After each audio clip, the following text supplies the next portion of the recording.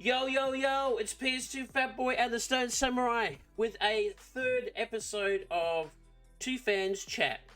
And what are we chatting about tonight, Mr. Stone Samurai? Well, tonight we're going to be talking about some of the video games that we grew up on and kind of Mm-hmm. molded us into the gamers and the nerds that we are today, Damn which is right, something I'm man. excited about. I I'm. mean, who else who can really not say that they can relate to it's Saturday night, you're 8, 9 years old, Mm-hmm. you're at a friend's house, you just came back from the video store, you got a couple movies and a couple video games, and Yep. that's what you guys are, Yep. right? That was your Like night planned. that's yeah, that's childhood for a good majority of people. So I Yeah. I, I think this is gonna be a pretty fun episode. Yeah, I think so too. I've been looking forward because, like, that's what we discussed after our episode 2. If you haven't seen it yet, we were talking about horror movies last week, and we also did an episode, our very first episode of Sopranos. So, if you haven't seen those episodes, please go and check them out on the YouTube channel. I really appreciate them. Also, comment about them if you want to see anything else that you want us to discuss. But yeah, so this is our third episode, and we discussed after our second episode that we wanted to talk about video games and the games that touched us uh, when we were younger, like what we liked playing when we were younger kids, and also the vast amount of consoles and computers that were coming out back then. I mean, there was so many. You think about it, like the Yeah, 80s and 90s, there was always everyone wanted to get that gaming buck.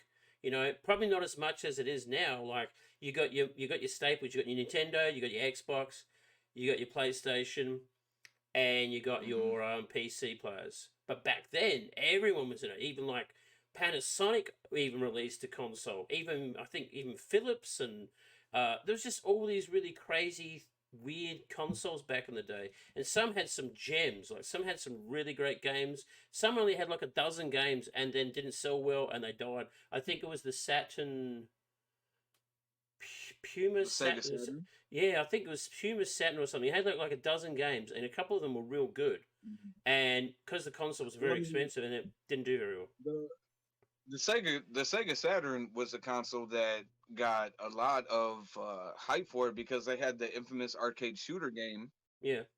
Time Crisis, right? Mm. Which I don't know if you remember. That's where you had like the foot pedal I and the love little Time pistol. Crisis. I played that in the arcades, man. Played the shit out of that. I even Yeah, played. that was I had Time Crisis 1 and 2 on PlayStation 1, and I even bought the railgun.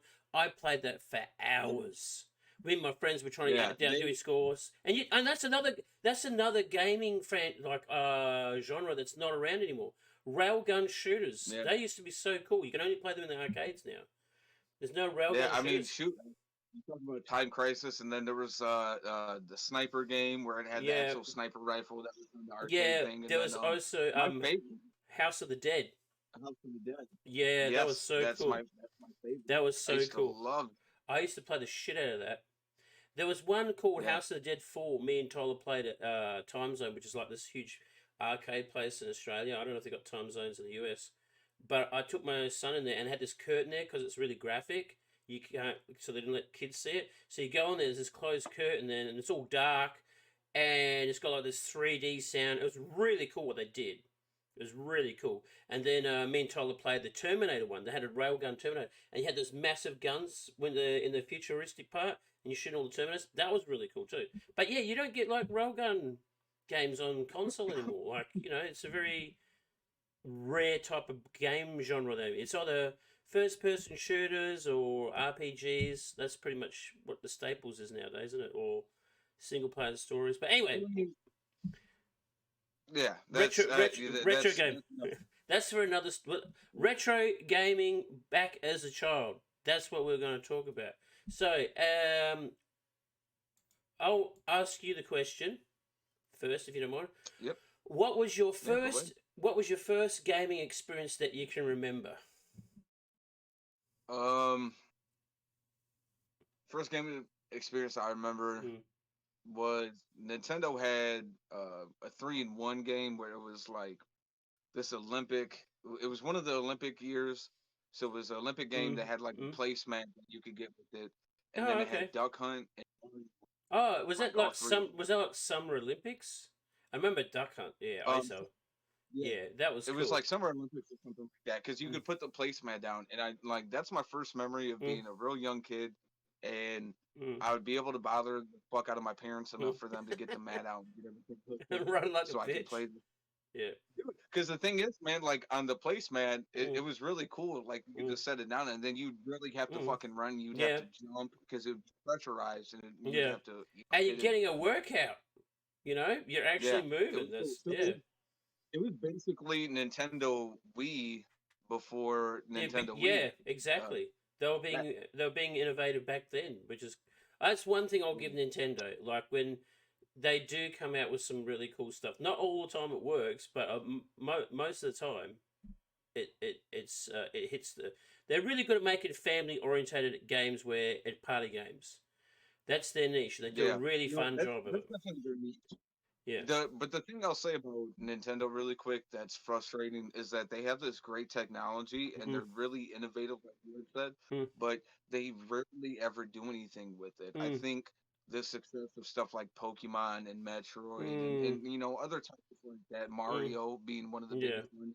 I think the success of that has kind of made them a little bit more comfortable, right? Mm, So they don't necessarily they know that they have the technology and people are going to mm, freak out about it, and yeah. they know that people are going to freak out about Mm, Pokemon and Zelda mm, and Mario, mm, but they don't have to do anything else because they're still going to be drawing in millions and millions of people mm. just off their name They haven't come out with a new IP in years, like a brand new. for a long time. Yeah, I mean, I get But that. but but yeah, so that was my first experience. Mm, My first like rage moment was mm. Duck Hunt when I Yeah. kept missing all the ducks, Mm. and that little fucking dog popped And his he comes up snarky and little laughs at head you. up. Yeah, I remember him. He's like, "You Man, suck." man, I remember just like raging and yelling at the Mm-hmm. screen like "Screw you, dog!" Like, man, Yeah. I was not happy, Yeah, I not remember happy. that game too. I played it. I actually played that at a friend's house, Duck Hunt, and because then when the Nintendo came to Australia, he bought a football game, which is Australian rules football, and we played that for hours. And he got Duck Hunt. And you had that stupid gun, and you see the ducks. He was trying to outdo each other's shots, but I was trash at it, and I'd be really cranky with it. And I think would have probably been in my late teens, mid to early teens, 13 or 14 maybe, when he got the Nintendo. But yeah, oh mate, there's so many games. But yeah, but that's cool. At least I got a. And so, did you want to ask what was your question for me, if you have any?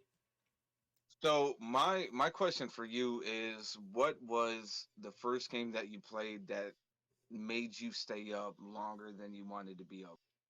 Like, what was that Ooh, first game where it was like, dude, I know I got to go to sleep, and if my parents catch me or if my sibling catches me, I'm gonna get my ass whooped, but I don't care because I'm playing this fucking game. actually, funny thing you said it because I just remembered it and I wrote it down as my one of my favorite games. Um, would have to be Project Firestar on the Commodore 64. The That game, Commodore 60. yeah, man, we're Okay. talking old school now because I got given, well, my grandmother bought me a Commodore 64 for my 12th or 13th birthday. I think it was my 13th birthday, Mhm. 13th or 14th birthday. Anyway, I got the Commodore 64 and I was very lucky. There was this computer nerd in my town because my town was really small and he was like, he had a computer store in our town and our town was in the middle of nowhere and he was selling computer stuff and computer games. They were really pricey, the games back then. And I saved up my money because I saw the cover art of this game that looked amazing. Looked like something out of Alien. And I was like, I'm going to buy that fucking game. I'm going to buy that fucking game. And I bought it. And the game didn't look anything like the cover art, but it was great. And anyway, this whole game you can finish in maybe a matter of hours, I think.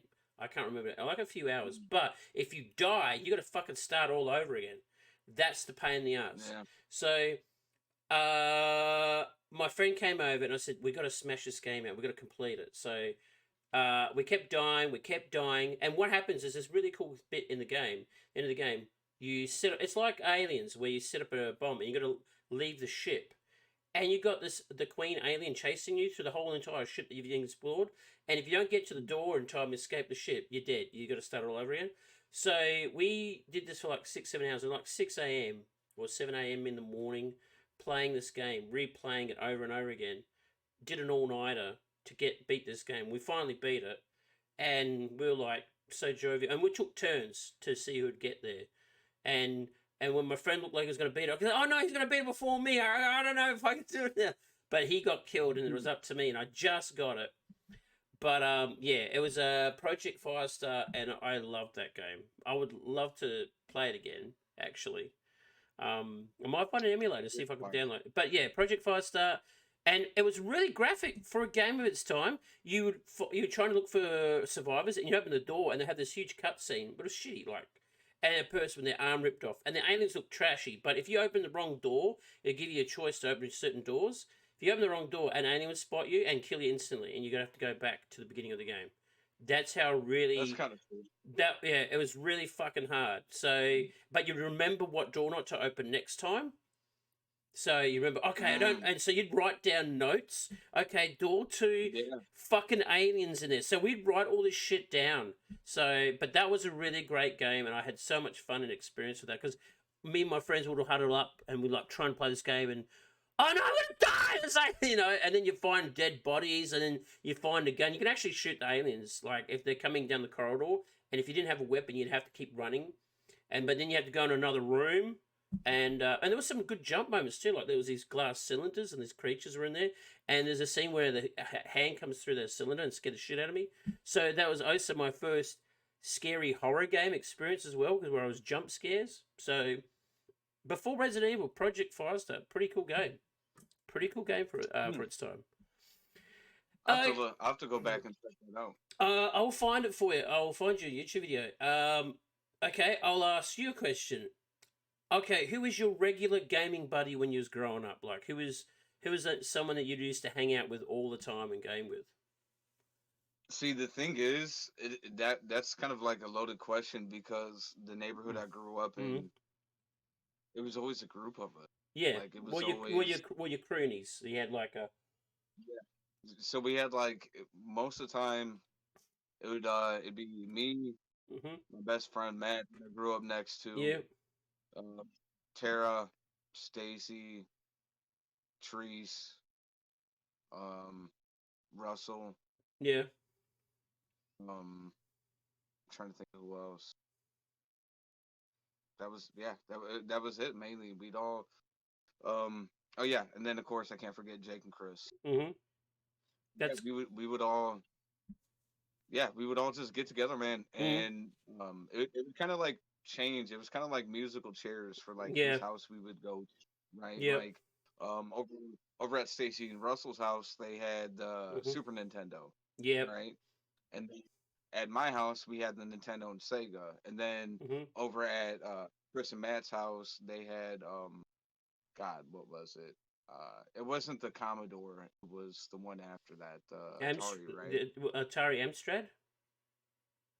I think it was one of those. It wasn't like Atari, the old Atari, but it was like a computer Atari. I think it was the Amstrad Atari was a PC. It was really good too. Because it was a big, it was a big thing. I remember it was like a really, really big. It was like the first gaming PC. They were really cool because a friend of mine had one of them, and they were dope. I was so jealous. So we would do that, and man, the amount of hours we used to fucking drive. But yeah, it would be. The majority of time it would be the younger kids, me, Matt, Tara, and a couple of. And you'd fight over who'd have the control. Like my turn. Yeah. Well, the thing is, no, this is actually the way that we used to settle it because we were all into sports, right? So we would have it set up to where we'd have a basketball game in the driveway going. And we would have people either playing. We would hook up a TV in the garage, or we would hook up a TV. They had a TV in the breezeway or something like that. And whoever won the game of basketball got to go first. Game. Yep. Yeah. Okay, I like that. And if you fucking lost, you're not playing. You're out there playing all day. But in the end, that's not really a loss either because you're still fucking playing. You still have people to hang out with. So nobody ever. Really left out. Cool. That's cool. Yeah, so that was part of the little. I like that. I like that little initiation. It wasn't so bad for me because it was just like my closest buddies was Andrew and Jeffrey, and Jeffrey had a Nintendo. He had a Super Nintendo. Andrew had like every fucking console under the sun. Like he would, because like he would save his money and buy one, or his parents would buy him one. So I was pretty lucky as a kid growing up. Like he would get like the Neo Geo CD, which was like $600 $700, this new console, and I get to play it. And I was like, dude, how much does this cost you? Like, oh, well, I saved up some money and mum and dad went halves with me. It's like, dude, this is like a $600 console and the games cost like $80 $90. I was like, fucking hell. But he was like a sweaty little nerd, like, but he was a good, like, he was a friend of mine.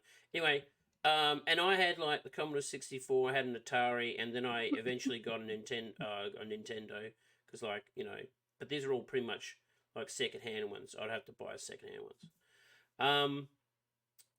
But yeah, I was just with those guys. They called us the A-Team because there's us three glued to each other at the hip. Yeah, and we would so it wasn't so bad because we just take turns, like because we would like play fighting games and stuff like that. So whoever lost that round, someone else would take over their turn until you bet that person and vice versa, sort of thing. But yeah, but they were my croonies. Yeah, we'd game so many stupid hours, like be up all night playing games. All right. So, what is your question? Your question again? Another question for me? Right. My next question that I have for you, what was the game that you rented the most? Rented. Well, Yeah. well, the video store that was here, briefly did video games, and they were really pricey. And Mm. there was one that I rented, and it was on the Super Nintendo. It was a top-down shooter, and I remember it being extremely hard. I'm trying to remember the name of it. I know we rented that a few times because that was really, really fucking good game. Only problem is they were really pricey. I'm trying to remember it now. I can't remember the name of it, but I know one time we rented it. I think we could rent it. It's like $5 or $6 for. It was like $1 a night, but back then, and we would take turns in renting it. So I'd rent it one week, then my friend would rent it the next week, and then we'd rent it till we could beat this game. So that's what we did, was we would hire the same game. So when we took it back, my friend would borrow it. So he'd take it back. Oh, I'll get this too now. I'll borrow it. And so the video store got caught on. It's like, are you guys just renting the same game to complete it? It's like, yeah. So we must have spent like Yeah. 40 bucks till we finished playing that game. But I know it was like a 2-player game, and it was like a top scroll shoot, and you was going through like these mazes and shooting all these creatures and stuff. And you had like, oh, Jesus, I wish I could find the name of that game. But apparently it's really rare now. I can't remember. I know it was rare, but Hmm. when I find out that game, I'm going to tell you later. But we rented Yeah. that till we finished it, and it was one of those really hard games. But I think it goes for like a stupid amount of money on eBay. But I think you could choose different characters, and they had all different traits and different weapons. Like someone would be a shotgun specialist, someone would be like heavy assault specialist, and it was really cool. And you have like these huge variety of characters and villains and stuff. But yeah, I did rent that one quite a bit. But that was like the only one or two. Oh, there was another one I used to rent, was Commando. Remember the Commando game? I would rent that Yeah. and play that on Nintendo, and I played that a few times, and I said, geez, this is fun, and I rented that a few times, and then I rented it so often that the guy said, well, because I said, I'll buy it, and he goes, dude, you've rented this so much, just have it. So that was really nice of him. So That's cool. yeah, because he said, oh, you've rented it so many times, I'll just give it to you. And he's like, you sure? He said, yeah, you've rented the crap out of it, it's probably not going to work. So Commando, I'm just now, that other game is killing me right now. I'm trying to remember it. That's Fuck! It's killing me. You know, the thing that's funny is because when we're talking about Mm, games that we grew up in and games we loved, right? yeah. There are a couple games that aren't on my list. Mm, And I'm not even gonna be able to get all the ones on my list, yeah. but there was some where it's like I remember what's in them. I Mm, remember what happened in the mm, game. I mm-hmm. even remember some of the characters, Yeah. but I couldn't fucking tell you the name of it. Yeah, And I'm it's the it's one of same. those things that it drives you bonkers Mm-hmm. because I don't know how many times, man, I've Mm. gone on YouTube to search up like old games and just kind of like I'm go the down same. memory. Or even movies. I did the And same it's thing just with movies or yeah. songs that you sort of know Mhm. you know the chorus, and you type the chorus in to think, all right, it must be named the song, but it's completely different, and you're like, oh shit, Yeah. I've got to find that song. Um, Man, it's such a sweet feeling though when you do mm, finally come across it, right? You're I'm like, gonna holy find out shit, now. I'm man. going on my phone. I'm gonna find the name of that fucking game because it's such a good game, dude. It's really good. It's like a gem on Super Nintendo. I loved it. All right. So while you're looking on your phone, then I'll Mm, just go ahead and I'll fill some air time. The game that I rented the most, mm. um, Resident Evil 2. That was Oh, like that was fucking awesome, dude. that had to be it because the Mm, thing was for a long time my mom was not cool with the mm, concept of me playing a video game where you shot. mm-hmm. Like she didn't care about if it was zombies or what. Like you were Yeah. shooting something.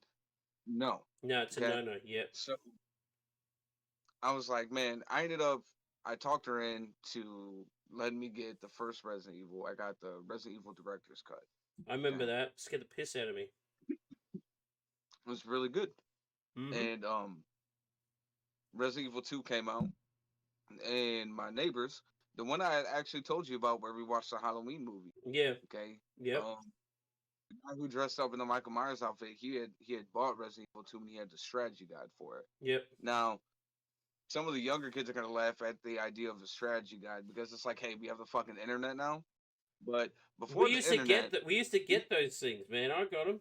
there was there was only three different ways that you could try to like figure out some shit that you couldn't get past in video game. Mm-hmm. One, figure it your goddamn self through frustration and probably a lot of broken controllers.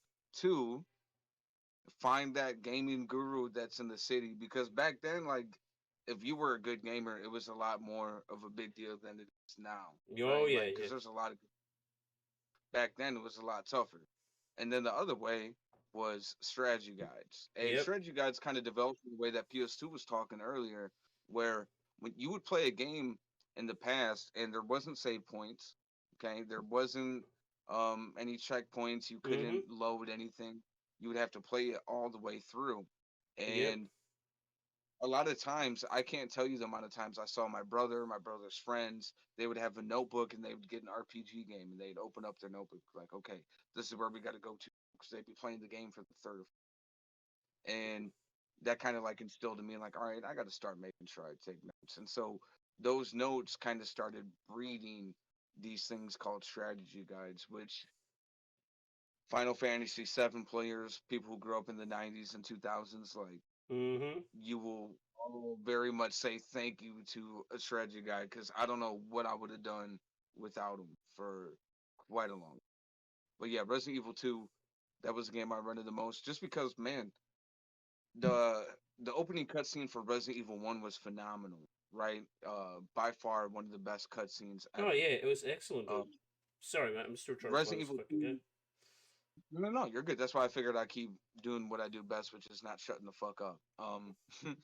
But Resident Evil 2 came in, they went away from the live action cutscene that Resident Evil 1 had, and they went with more of CGI at the time cutscene, just to kind of show off the hardware and the potential for the PlayStation 2. Yep. And I just remember like getting introduced to Leon, who is like this cool young looking guy, and then Claire, who's this like really good young looking girl, super short shorts, like revealing top. And so it's those things, it's the aesthetics, it draws you in. um I can't find it. RPD, right? Raccoon Police Department, it's the Yep. same abbreviation for the police department in my city, so immediately my mind was like, okay dude, fucking Yep. like this is happening in my city. It's a large city. We have a guest appearance, my kitty cat. Hello, kitty cat. He wanted he wants his minute of fame. It's okay. We got cat cam right now.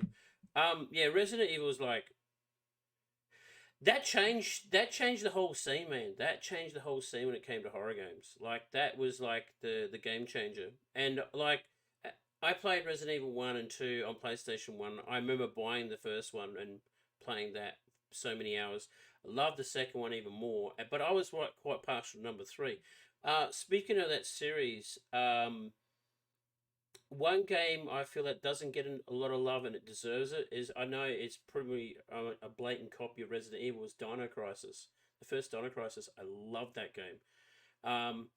Yes, it's like Jurassic Park Resident Evil style, and I absolutely loved it because when you see the zombies in Resident Evil, you know they're an instant threat. They see you, they're going to attack you. But what was really cool, you had these velociraptors that were sleeping, laying there, and you had to like walk carefully past them. So yeah, that was a really cool mechanic in the game where I thought like, okay, you got to be really quiet to walk past these velociraptors. You know, they didn't instantly see you, and you could see the tail flicking if they could sense you being too loud, and they'll wake them up. And I thought that was really cool and very And then you had innovative. that noise too. Yeah, They had the Velociraptor yeah, noise when they would be alerted, yeah, and that shit was yeah. terrifying, dude. It was really cool, especially if you heard them and didn't see them. So that's why I Yeah. liked. That was one of my favorite PS1 games. Dino Crisis was good. The thing I liked about Dino Crisis, because it was the same people who did Resident Evil, Yeah, right? and that T So Rex scene where it came through the window and attacked me and scared the fucking shit out of me, dude. dude, that was bitching. But for those of you who aren't aware maybe of what Dino Crisis is, if you're familiar with Resident Evil, Yeah. pre Resident Evil 4, right, like the original 1 through 3, think of that meets like Metal Gear Solid when it comes to like stealth, right? Like you don't necessarily have to hide in a box or nothing like that. Yeah.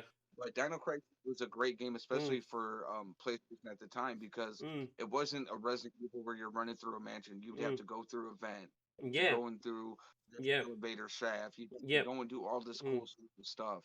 Yeah. So it was definitely a game. I would love to see them reboot that game. Yeah, I've been wanting that too, and I'm glad you mentioned the game PS2 because straight up that game was on my notes that I wanted to make. Oh sure yeah, man. I honestly, Yeah. you know what was fucking crazy is like I remember that being on so many discs, like the big disc PlayStation 1 disc, and I remember having that. And I bought it on the day it came out. Like I was so pumped for this game because it was like I think it came out a year after or two after Jurassic Park, maybe, or 96 or 97. I can't remember. But I was so pumped for this game because I know it was the people who did the Resident Evil series, and I saw some trailers and I saw some, and because you used to get the PlayStation 1 magazines and read out what was coming out and had like an article of the upcoming games. Hello, Putty Cat. Anyway, I was really pumped for this game, and I think it was like the first game I bought the day it came out, and I remember in my town they started selling PlayStation 1 games at I would say it's like they'd sell clothes and other items and stuff there, and they started selling games. And I said to them, do you know when Dino Crisis is coming out? And they said, oh, what's that? Well, it's a PlayStation 1 game. I'm asking about it. And I said, oh, it's coming out so-and-so. We can get it in for you if you want. And I said, how much is it? And they said, it'll be $100. Like, I think it was 100 or 60. I can't know. I think it was $60 maybe, Australian, $50 or $60. And I said, yes, I'll pre-order it now. And so I pre-ordered it the day it came out. I played it like all day. Couldn't stop playing it, dude. I just was glued to it. And my partner at the time said to me, are you going to be on that all day? Yep, I am. I'm going to be on this all day. This game is... And then she'd sit down. And then she actually sat down and sat there and watched it with me. And what was really cool back then was she would actually sit down and I would get those magazines, like the guides, and she'd read the guides to me. Like we went through Silent Hill together, so that was really cool. I got the Silent Hill. Silent Hill is another gem, man. That is such a great game. I would love to see the first one being remade. That's another one. Dino Crisis. Anyone who's watching this, get Dino Crisis and Silent Hill properly HD remakes, please. It's a long time coming. Fuck yeah. And Metal Gear Solid. I'd love to see the first Metal Gear Solid remake. Like, that game is a game changer as well. PlayStation 1 had so many amazing games on there, dude. I could just talk about PlayStation, but... When it comes to gaming, right, like, and we're going to talk about this game, but I just want to give it a brief little, like, introduction, just so it resonate and people start thinking games that they love.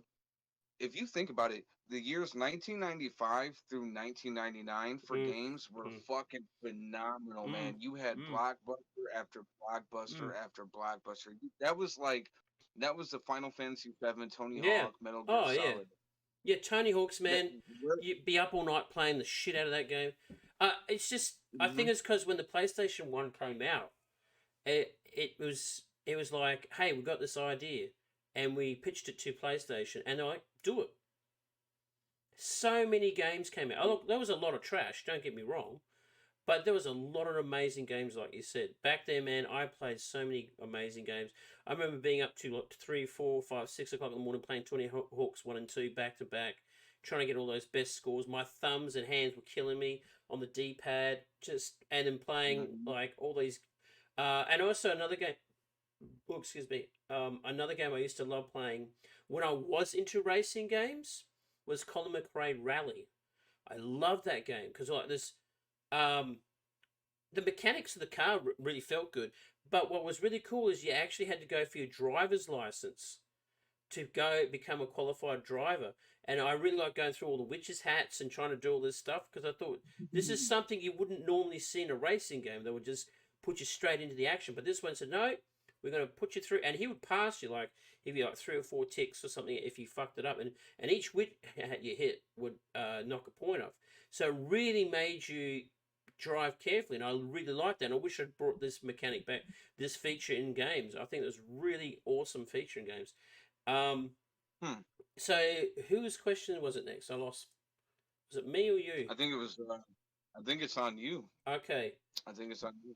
Okay. What was the very first console you ever bought with your own money? First console I bought was my own money. 360. 360? Nice. What? Yeah.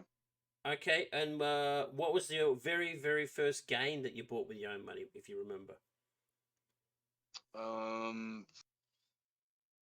I think it was one of the NBA 2K games. Hmm. I think it was one of the first years that they had Kobe Bryant on. Yep. Maybe it was NBA 2K10, Hmm. 2K11. Okay. I think that might have been the first Hmm. the first game that I bought with my own money that I Hmm. earned for that system. Okay. Those bloody basketball games. Yeah. No, I mean, because the thing was like I bought games on my own Mm, beforehand, but it was like my brother and I shared the PlayStation 2 and the mm, PlayStation 1, yeah. so I could never necessarily say it was mine. But Yeah. like I would buy one of the first games I ever bought for myself. Mm. Was Soul Calibur. Was it Soul Calibur 3 or 4? I love the Soul Calibur No, games. That was so good. actually, it was Soul Calibur 2. I think Yeah. it was Soul Calibur 2. Yeah. That was really Um, on PlayStation 1, I think that one was. yeah, I flogged because the shit out of that, I man. went to media. I went to fucking Media Play to buy that. If anybody remembers that, I don't remember Media extremely. Play. Obviously a now defunct French company. Oh yeah, they've been gone for Mm. quite some time.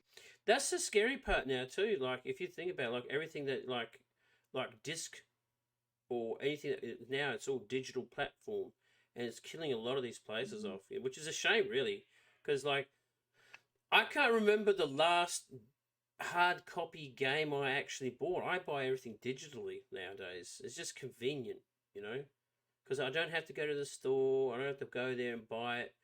Um, it's just If you want there. to change games, you don't have to get up. Yeah, it's just in your, you know. But I can Yeah. see. I know. I don't think discs in general ever go away because people do like to have that.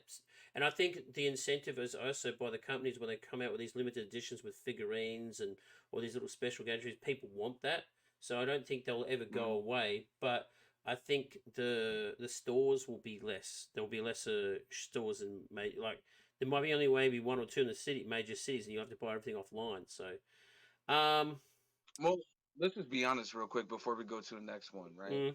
Nostalgia is probably one of the biggest sellers for Oh any hell market, right? yes, movies, Nostalgia is games, a music, you name it. it's very evident that we now live, we're going to a paperless society, Yeah, right? yeah, And it's becoming a digital gaming market. It's becoming mm, a digital movie market, right? Like you mm, have stuff like HBO now, which is streaming yeah, stuff instantly. mm, I think I think just the disc form of video games itself is going to be a collector's item, right? That's mm, going to eventually become a mm, collector's item in itself. That's yeah, going to be something that, old grandpas in the future are going to be like, back in my day, we used to put yeah. the disc in the, You had to get uh, up and you put know, the thing down. Yeah. Yeah. But my question, Mm. because you had already kind of like answered it with that game that you had talked about. I'm trying to remember the name of it. It was the alien one that you had mentioned earlier. With the Project door. Firestart. Project Firestart. Because I was going to ask you what game that you had played scared you. But now my question is, Mm. what game did you play um that made you realize at that moment like gaming is going to be completely different? Like blow me away. Different.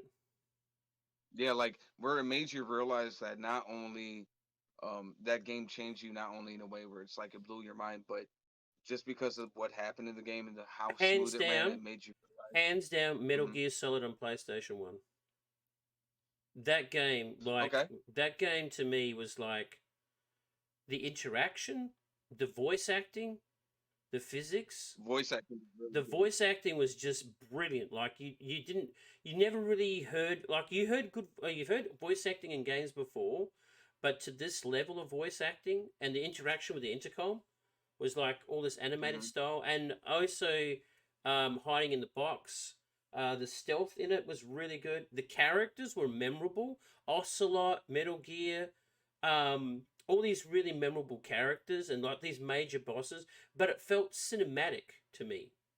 Like it felt Yeah. really It, cinematic it to was me. a cinematic experience for Mm. sure. Yeah. Well, I mean, if anybody who is a fan of Metal Gear, one of the Mm. most memorable things about the game is the fucking cutscenes. Like some Yeah. people loved it, right? Mm. And some people hated it. Like I know Mm. Sons of Liberty, Metal Gear Sons of Liberty. Mm. People fucking hated that because it was Mm. literally like a Mm. 2 or 3 hour cutscene. I think is Yeah. what it was. Yeah. Uh, but I think I can agree with you on the fact that I think Metal Gear was one of the very major influential games Mm. to show Mm. not only the people who bought it, but just to show game developers like Mm. gaming isn't what it's not Mm. asteroids in the arc, Yeah. right? It's not Pitfall, it's Mm. not Mario. Mm.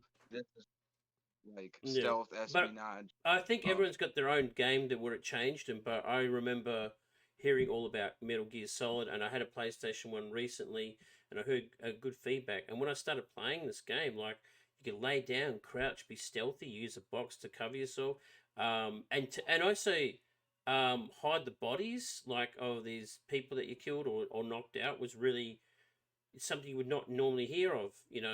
Also, yeah, you and the characters you loved. Like this was the first game where you could sort of like cheer for the hero and boo the villain sort of thing. But just when you think the game was ending, something else amazing would happen. It was something crazy, or it just felt like he was in a movie. It was like one of those really big games that felt like a movie experience to me. And I felt like nowadays every game is trying to catch you with that cinematic feel, like you're there, that immersion. But I think that game was the first game that I felt like I was totally immersed. I was totally hooked right into this right now. It's got me by the short and curlies. I'm definitely into this. And also, but like I said, Resident Evil as well is another game, and Silent Hill was another game changer. I thought was like this game was not only creepy, but a different type of creepy. Like it really wanted to mess with your head creepy. Like you've seen horror games before where it's all about jump scares and this, but this was like the chills on your neck scares and like a thriller as yeah. well. And you didn't know what the fuck was going on. Also, it was one of the games where I play and I was really hooked on that as well. But the first game I played, because I think Metal Gear came out before Silent Hill. Well, yeah, definitely Metal Gear Solid. But Silent Hill is another one I would definitely put up there where I'd say this game is just fucking amazing how it just puts you on edge. And also the weird camera angles and the sound design too. The sound design was really Yeah. good. Like it was just yeah. I would definitely say probably So, Silent Hill and definitely Metal Gear Solid were so the Metal ones. Gear came out in '98. Mm. Silent Hill came out in '90. Yeah. So yeah, I agree with you there. I mean, for me personally, Mm. the game that did that for me was Final Fantasy VII. Yeah, that was really good. When That's one of the very, very, very rare few Final Fantasy games that I did play and I did enjoy. That was it really good. that game that game was just phenomenal, man. And Mm. I mean, growing up for me, Even though I'm a '90s baby, I still Oh grew up in yeah. a house with two ninjas. Yeah. Um, so I played a lot of the old Final Fantasy games. Mm, That were on that were on the Nintendo. It was a franchise I was heavily interested in, and I remember just the opening cutscene mm, where it shows that town, mm, and I was just like, dude, is the fucking game gonna look like this? Like, there's no way that the mm. game is gonna look like. Yeah. No, the game didn't look like that, but the amount of stuff that you could do, the the interactions, the crew building, and the Mhm. management of them was so well done. Mm, And just from an RPG lover standpoint, mm. that was just it was a moment that like if you were an RPG lover, it brought a tear to your eye Yeah. because you never seen the amount of detail for side characters, for their Mm. costumes, for their outfits. And then you had stuff like chocobo racing, which was like Yep. one of my favorite things to do in there Yep. because you could like breed them and raise them and like trade and do all that shit, and it was super cool. It was like a cool little thing that you could do. And I remember, you know, with friends, you would have your memory card Yeah. because that's what you used to save back Yeah. on the PlayStation. Memory Memory fucking cards, cards. dude. Yes. And I remember part of the coolest thing in the world was like you telling your friend about a chokeboard that you had raised, and it was Mm. like super quick or it had Yeah. this Yeah. ability or that. And you would load up your memory card and you'd bring it over to your Mhm. friend's house so they And could showed. load it up Yeah. and check it I out. remember that. I remember that was a really cool feature in the game. That was honestly Hmm. like the very rare few Final Fantasy games I played. I did play that. I didn't.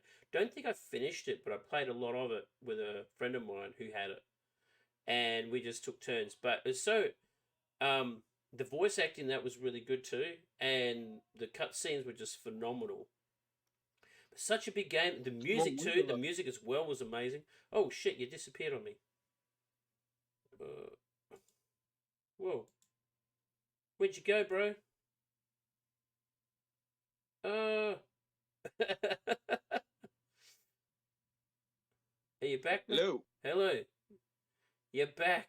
I Sorry. don't know what the fuck happened. That's okay. You're back. That's okay.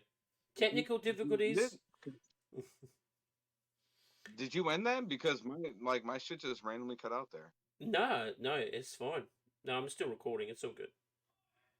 I'm sorry about that. Yeah, I don't know what just Don't. happened there. That was It's really the weird. dude. You're like thousands of miles away. It's bound to happen. Don't stress. All good. As you were saying.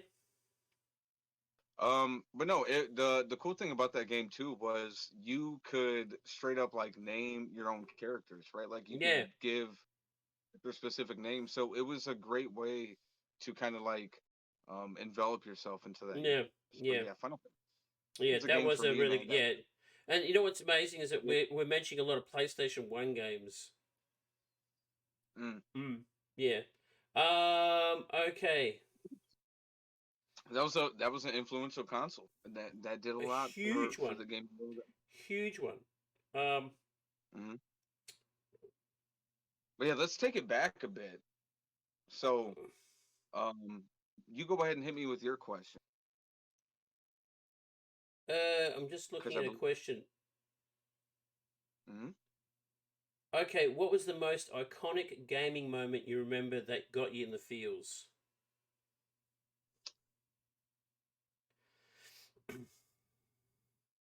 Hmm. There's so many. Hmm.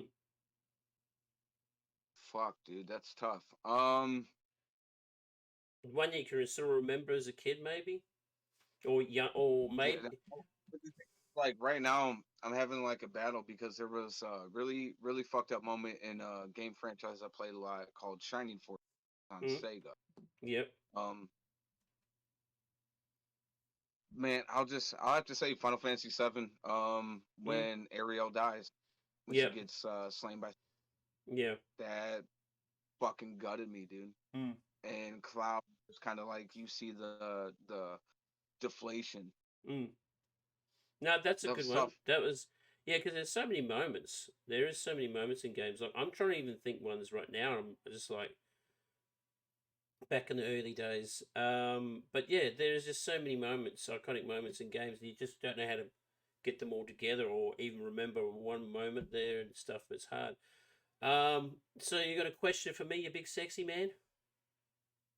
Yeah, so one of my questions is, what was the game that gave you the most trouble? like because everybody's had a game throughout their life where it's like, dude, I can't fucking get past this one level. Like, and then Mm. you have a friend help you, or you look up online. Like, what was the game that you got stuck on that made you learn what rage is? Crash Bandicoot 2. Yep.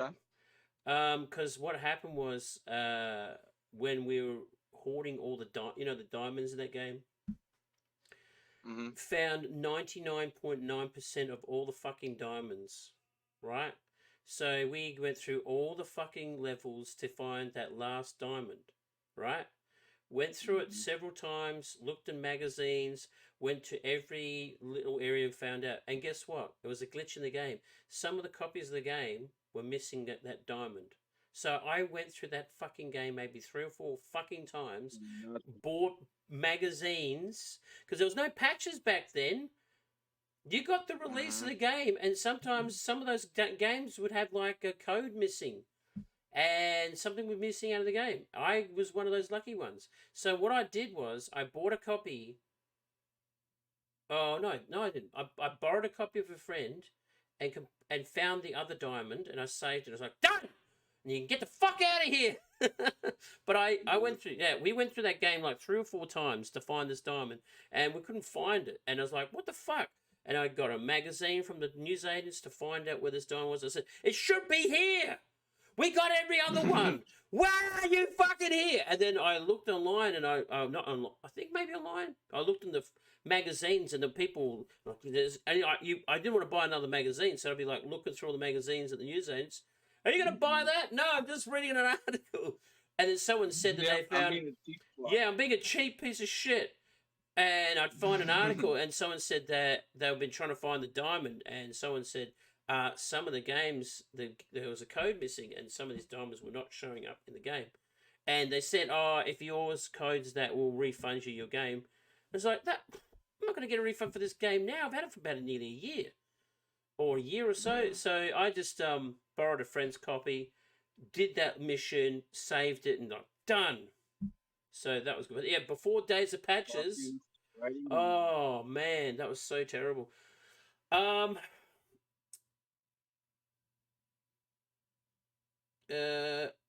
Okay.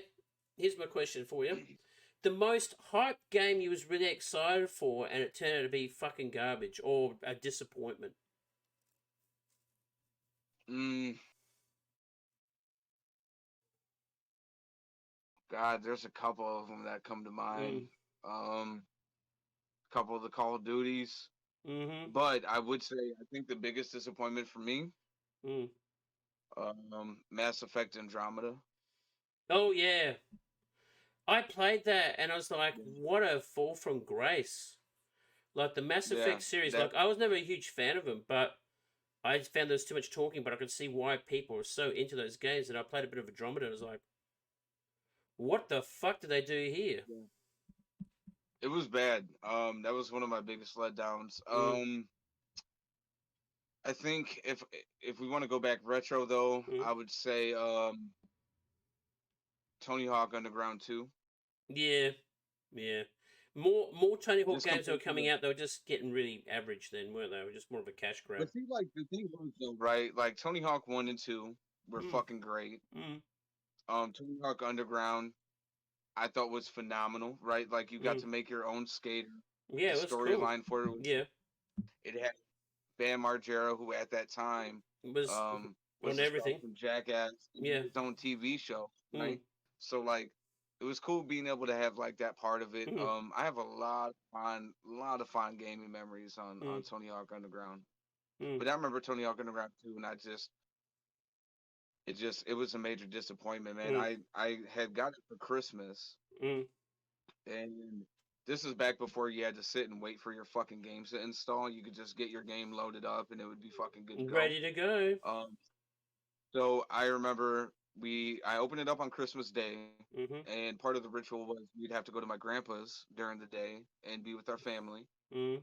So I'd be over there for like 4 or 5 hours, and the whole time I'm like, I want to go home. Play my game. Like, fuck Aunt Kathy, I don't care. I just want to go home. So finally get home, Mm. and I load the game in and I'm excited to play it. And the first level is the graphics just didn't look good. The voice acting was absolutely shit. Mm, Um, the character, you didn't really get to do your own customization as much in the beginning, from what I remember, and mm, it left a sour taste. I was mm. um really upset. Yeah, that's fucked. Yeah, Uh, but I just want to go back for a second. Um, the game that made me discover what rage was, it's actually a tie between Echo the fucking Dolphin oh my god, I remember that and one.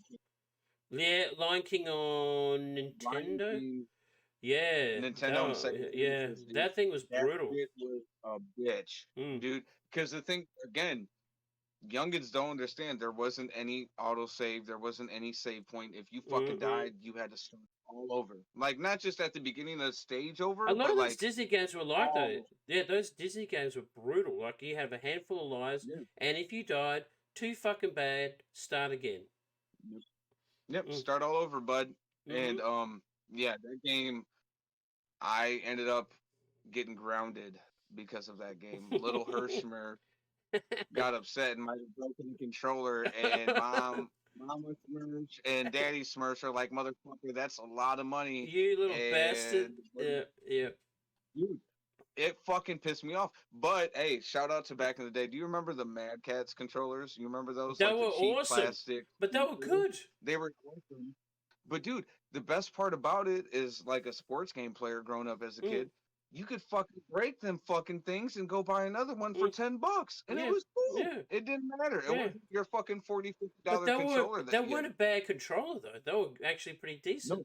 They they were kind of like the modded controller Mm, before modded yeah. controllers because I don't know if you remember, there were some Mm. Mad Cats that had the turbo buttons Yes, and I then had one.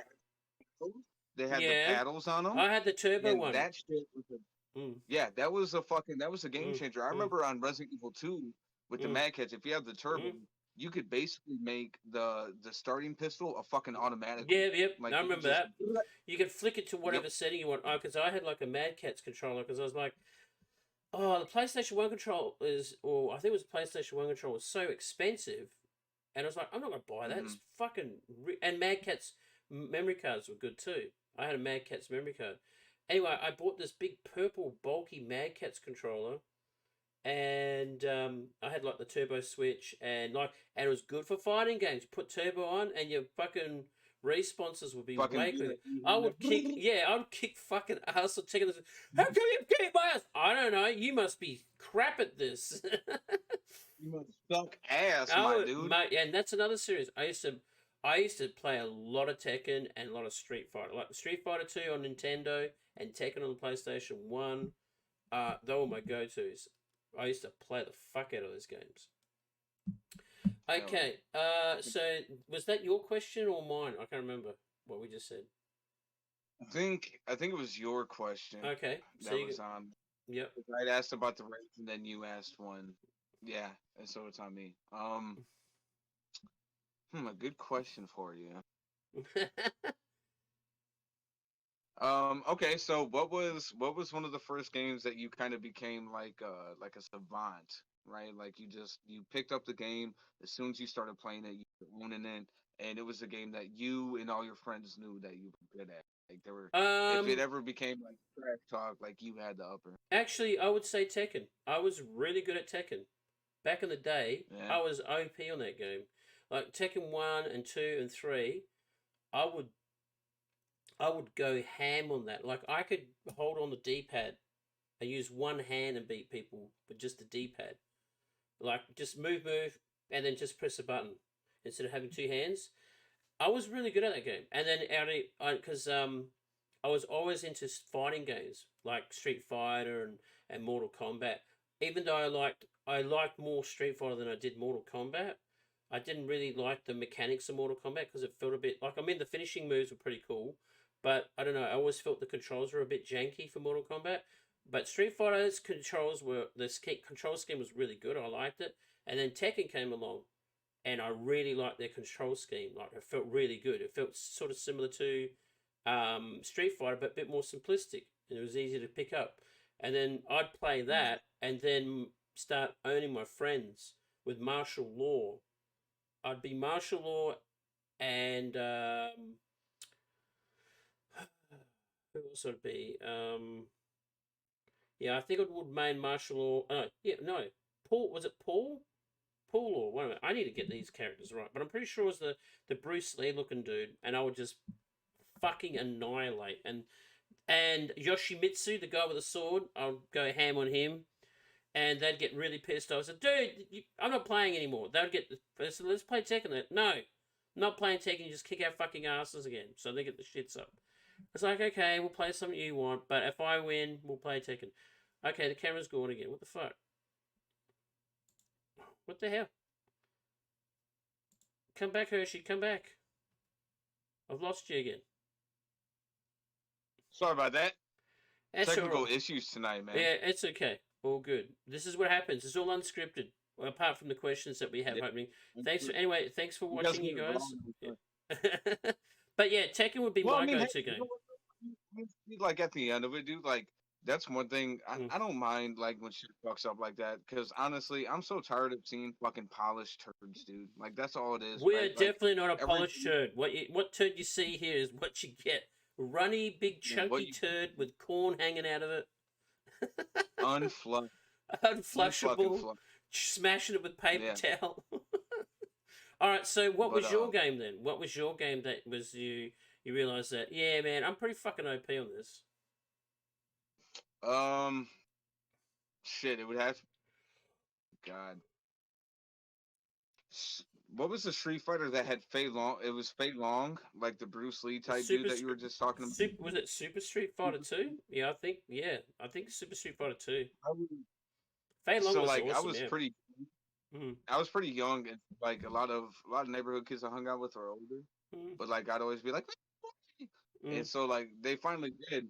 Yeah. And I picked Fei Long because I was like, yo, it's Bruce Lee. Me and my dad used to watch Bruce Lee movies. Oh, I love Bruce Lee movies, yeah. So I picked him and I used to just whoop ass, and it became a thing where it was like we played basketball and stuff like that with other neighborhood kids, and we start talking about games. We'd be like, oh, I bet you I can whoop your ass in this. It's like, oh yeah, well you're gonna have to fucking go against this dude because he's our best fighter. So like that was one of the things. But I think Street Fighter and then Halo 2 were like my first. Oh, Halo, nice, yeah. Yeah, I used to shit dead kids on Halo, dude. Halo is a very, very, very prolific franchise. Like that's just like the granddaddy of shooters. Like, I mean, I know you had Doom and you got Wolfenstein, but like Halo was a game changer with the multiplayer. Before COD, oh for sure, Halo was the granddaddy of the FPS scene with the multiplayer. Halo was the new generation's Goldeneye. Oh hell yeah, definitely. And of course, Goldeneye is another classic. That is really good. Oh, excuse me, I'll be ordering that too. Oh, fuck, it's catching, dude. So I'm just kind of curious though, like, what was one of your first games that you played that had like a musical element to it that you were really in? Oh, the music in it? Yeah.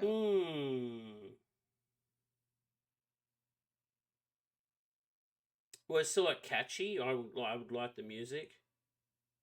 Well, like it whether you like the music or it had like a music element to it, right? Like it was based around music itself, or like you could play an instrument, whatever.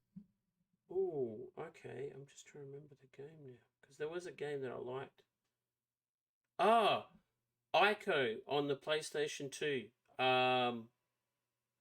It had like a really. I mean, I played games before, but I really liked the soundtrack to that game, and it got me really interested in game soundtracks. And have you played Shadow of Colossus? Yeah. It's that game was before Shadow Colossus, so the people who made Shadow Colossus made this game called Ico, and it was on the PlayStation 2, and I loved that game. That's another game that I feel is very underrated. I'm amazed it's not been re-released as well. You are this boy who wakes up and you're supposed to find this girl, and you got to take her, and there's these shadow creatures that grab her and will take her away. But the music in it and also the soundtrack was really good. But it was one game I played the fuck out of. Like, I just had to finish this game, but the music was really good in it. It was just really subtle, like this really subtle, but it was really. I think that was the game where I actually got some a proper, like, because I think the PlayStation 2 wasn't really renowned for headsets back then. You had like these little shitty ones. And I got myself an actual proper headset for the PlayStation 2 that cost me like oodles of money. And then I heard this game soundtrack, I was like, wow, this sounds amazing on a headset. So, but yeah, Ico is really, really good. It had a really good, like this subtle, really subtle score, but it just like, it was really catchy. And it was so really relaxing too. But then when you have like these intense moments, the music picks up. But it was really, really good. And also there was another game that was on the PlayStation 1, I can't remember what it was, where was really, really, really weird. You like this underground type of game, and it's like a 2D scroller platformer game, but it had some really amazing music. But I think a French company made it, and it was, oh god, I was trying to remember it now. But they had an awesome soundtrack, and also Silent Hill again. Like that game had a really amazing soundtrack too. Like really. What about games though, like for an example, right? Hmm. Like a rock band or a Guitar Hero, right? Oh, Like Guitar where Hero. like Yeah, music. I did. Oh, yeah, definitely Guitar Hero.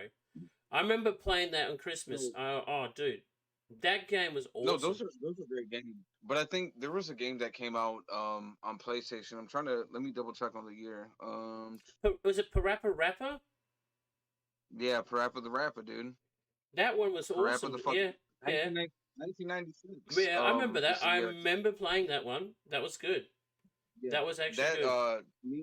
that was like one of my favorite like musical based games, Yeah, that hands was really down. good. I still remember like certain levels of it. Like there was one level where you went to the dojo and there was the onion sensei kick, pump, it's all in the mind. Like I still I remember think that. I remember that. Yeah, And then there was a level where like you're taking driving instructions and you got this fucking like angry fucking moose that's like trying to yeah, teach you how to drive and you're having to hit the brakes and like rap at the same time. yeah. It was such a like super lighthearted game, but it was so fucking fun, dude. Actually, you got I me on. missed it. You got me on that one. I remember a game, but this was a little bit later on. But it was on the PlayStation 2, and my daughter was very young at the time, and my Tyler was it was just born, and it was the Jungle Book music dancing game. It actually had a map to it, and Hmm. Abby would like to play that, and so I bought it because like I thought this is something we could play, and we'd dance together, and that was so much fun, and that was really sweet, you know.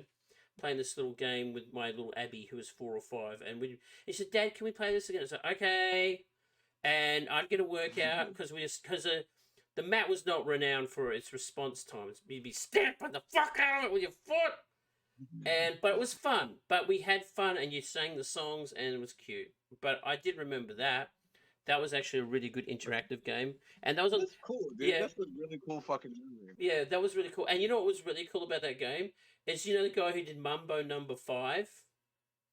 Yeah, Lou Vega. Yeah. Louis Vega did the songs. He sang all these new songs for the game, and we played that game until the map broke. The map Dude, broke, and then you know what's weird? yeah, I don't know how the fuck I knew that guy's name who did Mambo Number Five that quick Mambo right off the Number top of my Five. Da, da, da, I think da, da. because I heard that Yeah, so many times. you. But yeah, I think Abby was 5 or 6 at the time, and Tyler was 1 or 2. And that's the game they wanted to play. They didn't want to play a sitting down game. No, we want to play the Jungle Book game. Does this mean Dad has to play with you? Yes. Okay, let's play it together. Pat, pat, tap, tap. And I knew the songs off by heart. Like I'd be singing in my fucking sleep songs. I want to be like you. No, I don't want to be like you, you stupid orangutan.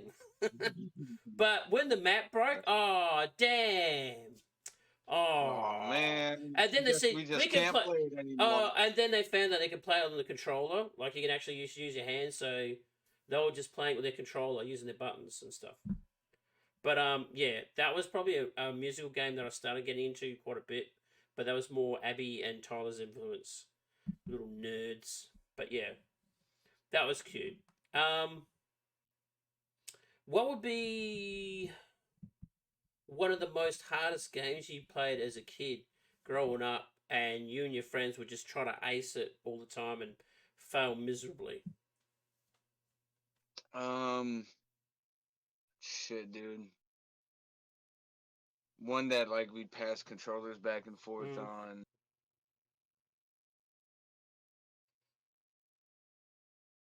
God, man, I remember Contra. Ooh, yeah, yep. Fucking so like my dad would come home from work on Mhm. his lunch break, Mhm. and depending on what year it was either during the afternoon or it'd be like right Mhm. before I'm getting ready for bed. And he would always come home and we'd load up, and it would Mhm. be like my brother and I switch off, and then like when he took off, we'd finish the game or whatever, right? Mhm. But Contra, man, that game, when you, because like everybody could do the cheat code, right? Up, down, Mhm. left, Yeah. Yep. right, Yep. BA, like start, and that's the Mhm. fucking code. Don't try to tell me different. Anybody, go ahead and comment. Tell me I'm wrong. I It's haven't played Contra in such a long time, but I'm sure that a code is still would still be valid. So it's glued into my mind, dude. It's glued into my mind. Contra's a good So game. I like used to I love those remember games. my brother and I used to run that code all the time, right? Yep. But I remember I'll never forget this, man. Mm. I went to go put in the code with my dad. Mm. He's like, "Don't put that sissy shit in. We're playing the fucking game." And I just remember looking at him like, "No, I don't want to die. Like I No, I want want to infinite live. ammo. I Like I want don't. to. Yeah, I want the gun that shoots fucking 3 bullets at once. Like Yeah. I don't want to fucking die, dude." Yeah. But yeah, that was definitely one of the ones Yeah. That was a pretty that fucking hard game. that gave me. My Mm-hmm. my game was ooh, I think it would have to be R-Type on Nintendo. That was a really hard scrolling space shooter where you know when you had those games where an alien craft or any ship would shoot like 1,000 fucking bullets at the same time, and you had to like guide your ship way down the corner and try to dodge all of this and weave through all the bullets without getting hit, and then one would just scrape your little wing and blow you the fuck up, and you have to start all. Yeah, R-Type was really hard. Also, uh, back in the day, right? And I'm not too sure what was like your. I'm sure they had like arcade places and stuff. But in my town where I lived growing up, we had like a couple of takeaway shops where you go down there and play video games after school. You get your loose change, you put it on top of the Neo Geo or your pinball machine, you wait your turn. So that was our Mm-hmm. that was our hangout place. I'd go there with my friends. We'd see other people from school after school. Anyway, you go there, play pool, drink, buy your hot chips, put it on the table, eat chips, and play video games. Put your coins up there, and that was your Friday, Saturday nights. But anyway, um, Double Dragon came in, and this was our game that we wanted to beat. And what was really cool is you'd get an audience. So you'd put your coins there, Mm-hmm. and you start playing away Double Dragon. The Double Dragon would like own your ass, and you get killed by the bosses. But then I started getting good, right? But that game really was pretty hard at the begin with when you didn't know what you was doing. Especially the jumping. The jumping fucking sucked in that game. There's this little bit right here near the edge of the bridge. The bridge is broken, and you got to like time your jump perfectly and jump over the other side to get to the mission.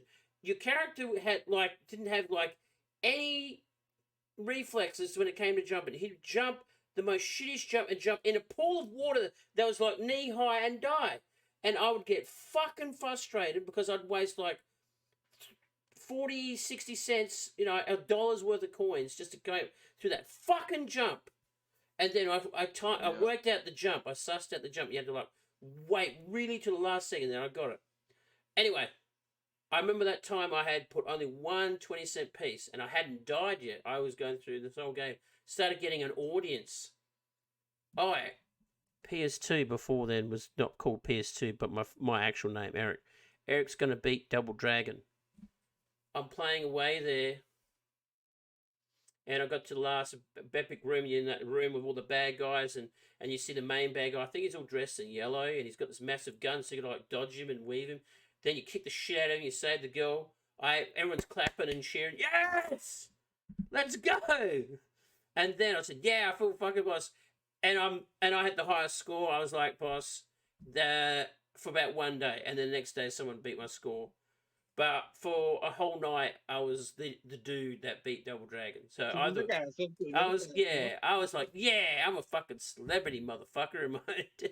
But that was cool back, and then I miss that too about video games. Like when you'd go to the arcade place and you have your audience and like then friends hanging out and eating food. And that was because now we just put a headset on and we could talk to anybody around the world.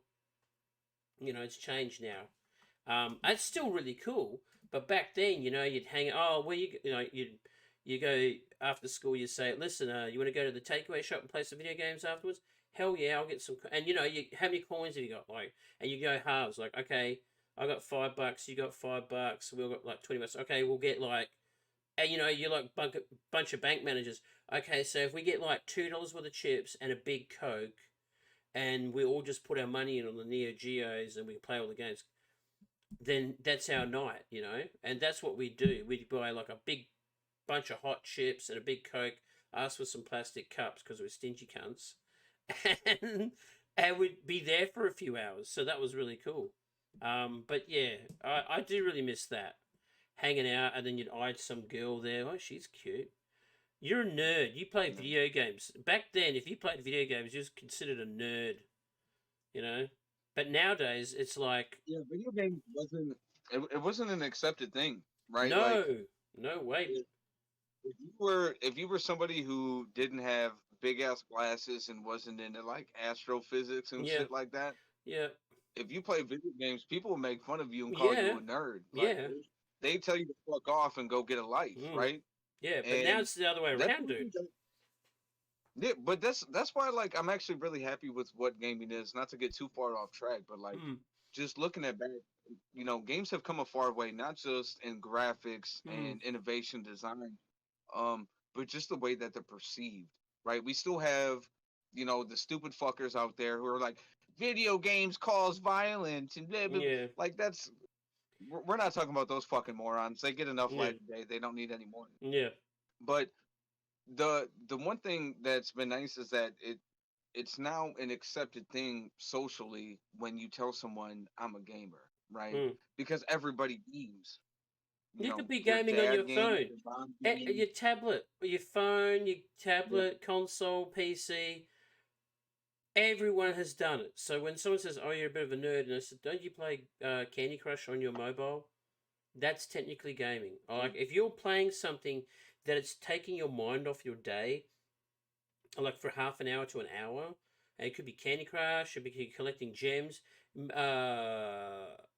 those sort of games. That's gaming. I don't care, I'll regardless of never what it is. Yeah. forget. Mm. I'll never forget, man. I had a family relative, right? I'm Mm. not gonna say anything because this internet, maybe they'll watch. I don't want, but I had a family relative that they used to give me a lot of shit for being a gamer, right? Mm. Yep. Because it was actually really weird. I I was actually pushed to game by my parents Mm. and by people in my life just because Mm. it would keep me from hanging out with people doing stupid shit. Mm. Mm. Um, so like I tried throwing myself into it here and there, but I had a family member Mm. that would be like, you know, you need to quit playing games so much and you know do something else. Um, but then down the road, they ended up getting addicted to Farmville. You remember that fucking game on Yeah. Facebook when that was the fucking Mm-hmm. craze? And they got addicted to it so much to the point to where another family member Mm. who maybe or maybe was like in a relationship with um was getting upset and that relationship was getting in trouble. Mm. And I remember that family member coming to me and being like, I get it now. Like I get it now. And they Yeah. just told me, they said, you know, if I'm having a bad day, I can Yeah. just get on there and Yeah. fucking forget about it within 20, Exactly. 30 minutes because of all this stuff that I have to do. And then I start thinking about the world that I'm in. I'm like, it's almost like the shit I was telling you for the past like 2 or 3 years was real. Like imagine, you know? Exactly. But Like but yeah, I'm happy about where gaming's come for sure. I Uh I agree with you wholeheartedly, man, because like back in the day it was frowned upon. Especially like the earlier decades, like gaming was sort of like becoming this big thing and uh and it became popular and stuff, but it was still frowned upon. And so you had Hmm. like maybe your geeks and kids at school playing it, but like mainstream adults weren't really known for gaming as much, or if they were, they kept it low key. But now everyone's gaming. Your Yeah. grandparents are gaming, your mum and dad are gaming, like you said. Everyone's fucking gaming. Everyone's got some sort of console Well, or a computer or a tablet or whatever they're playing on anything, and it's just more acceptable. It's just now the norm, like watching movies or listening to music. Now gaming is just, if not uh, the bigger thing nowadays.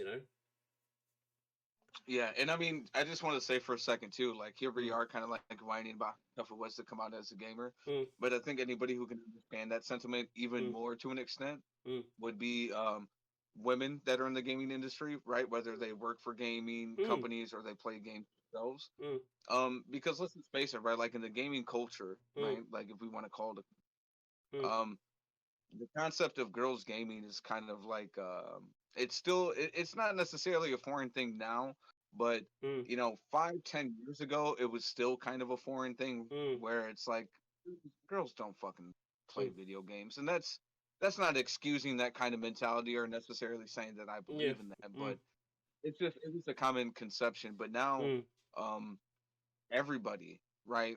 mm, Not just us, but everybody in general can finally come out and be like, you know what, I'm a gamer, and they don't mm, have to defend. Because that's mm, the biggest thing, right? Like everybody has their way of escapism, right? For some people, it's TV. For some people, it's fishing.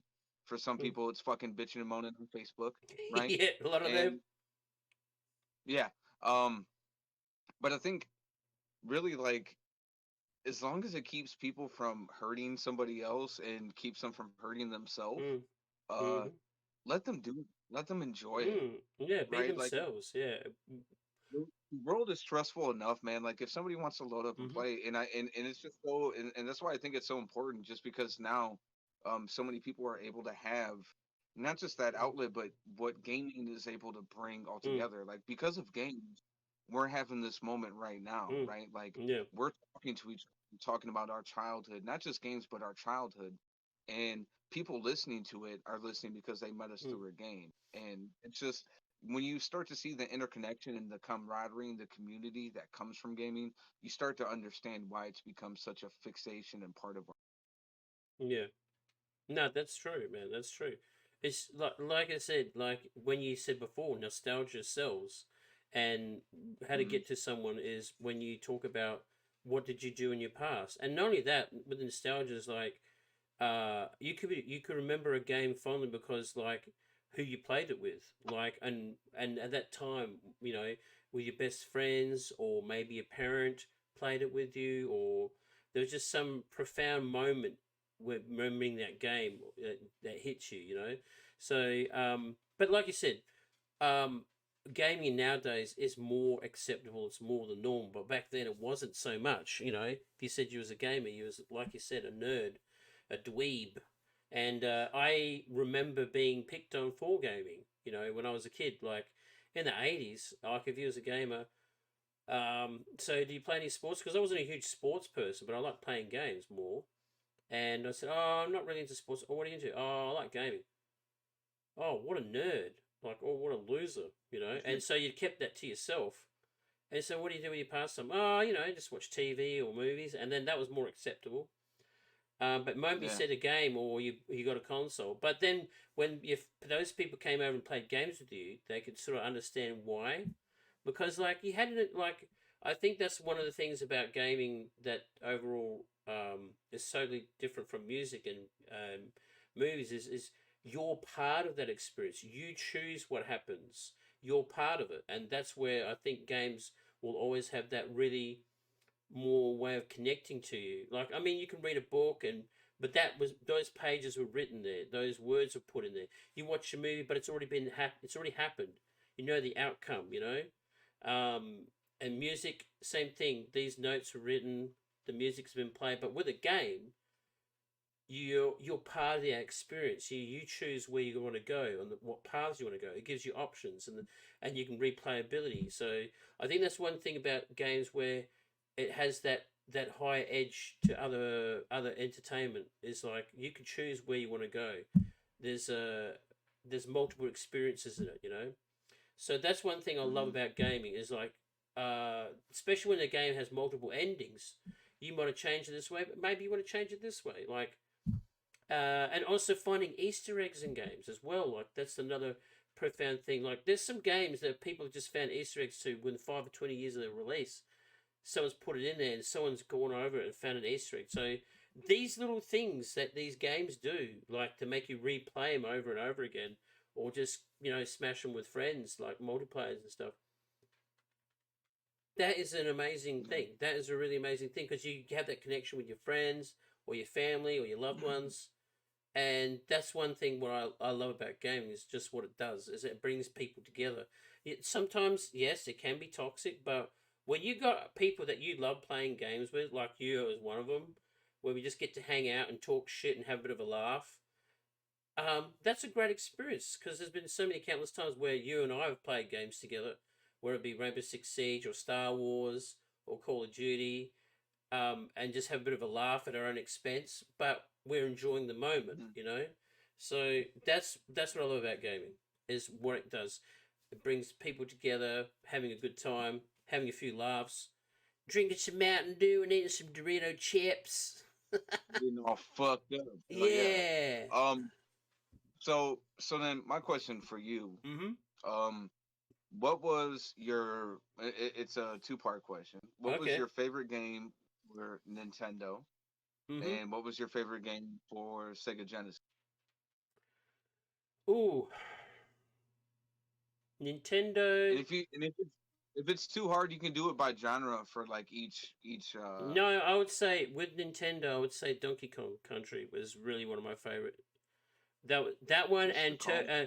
yeah, and also Teenage Mutant Ninja Turtles, Turtles in Time.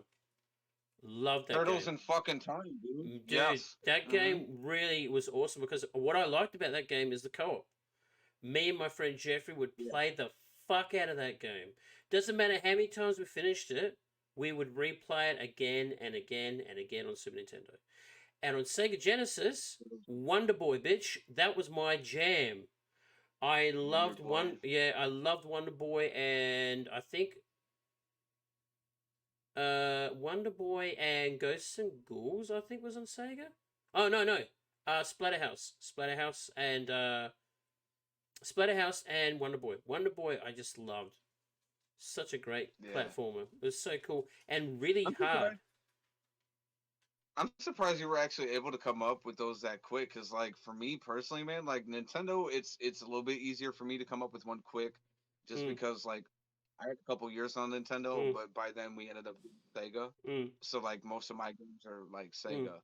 Yeah, But it's really I was actually really surprised. I figured if anything like Sega and Nintendo would have probably been the tougher ones for you. Or yeah. did you okay, so I guess it's a three-part question, my bad. Do you find that you're attached to more games that came out from like the 80s and 90s or more attached to games that came out after 2000?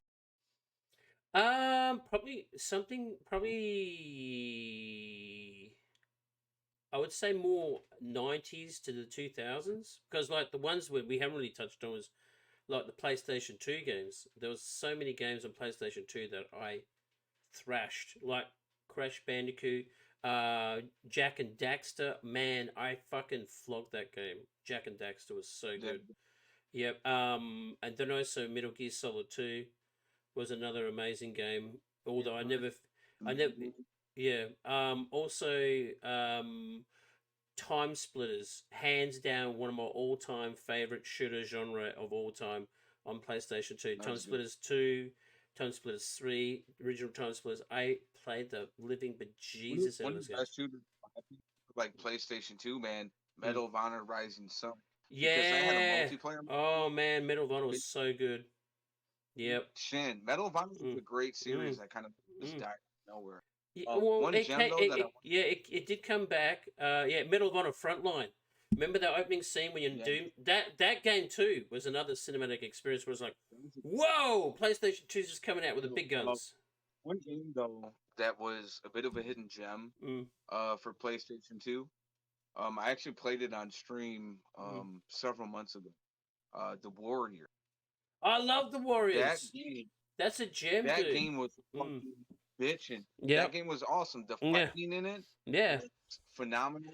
Like being able to break into a car and Yeah. steal like the A stereo, and then like seeing all your Rockstar, favorite man. characters, Rockstar were you know? making, yeah, the Rockstars were making great games back then. Dude, Rockstar, hands down. I'm sorry, like as much as I love Bethesda and all that, Mm. Rockstar hands down has to be one of the best fucking makers of Mm. video games in this past, I don't Mm. know, Well, quarter look at century. GTA 3, In the man. past When quarter GTA century. 3 came out, it just fucking blew us Well, away. That was so good. I'm trying to remember because GTA 1 and 2 that Mm. came out on PlayStation, Yeah, I remember them. right? 'Cause there was 3 that came out on PlayStation 2. That was the Mm. debut game Yeah. for PlayStation 2. Um, but PlayStation 1, GTA 1 and 2, I can't remember if those were done by Rockstar because that was a complete different style. That was Yeah, it was like a top over scrolling. top Yeah, it was top reflecting scrolling. Yeah, and your cars and would swerve and shit. I remember those playing them. games I were didn't mind them. fun. Yeah. I love those games, Mm. dude. I was obsessed. Yeah. That's what got me into fucking GTA, man. Yeah. Um, but before we go into the PlayStation, I just want to give a couple quick honorable mentions to like Yeah. some of my Nintendo and Sega games. Yeah. All right, we already talked about Contra, Mhm. already talked about Mario. Streets of Rage 1 and 2, Yeah. Awesome games. great beat 'em up games. Mhm. Sonic 1 and 2, Yep. great side Sonic scrollers. was great. By far like one of my great childhood. Earthworm Jim, Yes, everybody loved Earthworm Earthworm Jim. was good. Great one. Bomberman, um, Paperboy. Paperboy was Oh my my god, fuck. Paperboy was so brutal, but I love that game too. Yeah. Paperboy was the shit. And then there's so many, but I just so we can get to PlayStation. It was a game that not many people remember, but I was fond of. It's called The Haunting for Sega Genesis, and you played a poltergeist that was trying to scare people out of this house, I think I and you remember would try that to game, take out dude. the That yeah. was It cool. was That like was a literally the reverse. video. Yeah.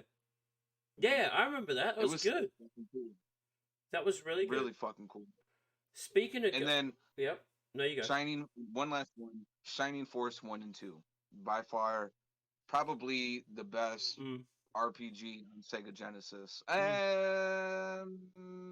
Yeah, I'd say Mm. Sega, probably the best RPG on Sega Okay, Genesis. well, if we're gonna go honorable mention or men's ones that we mentioned, my list of games that I liked back in the day, old school retro Atari. I loved Asteroids, Missile Command, and Asterix, which was based on a comic book.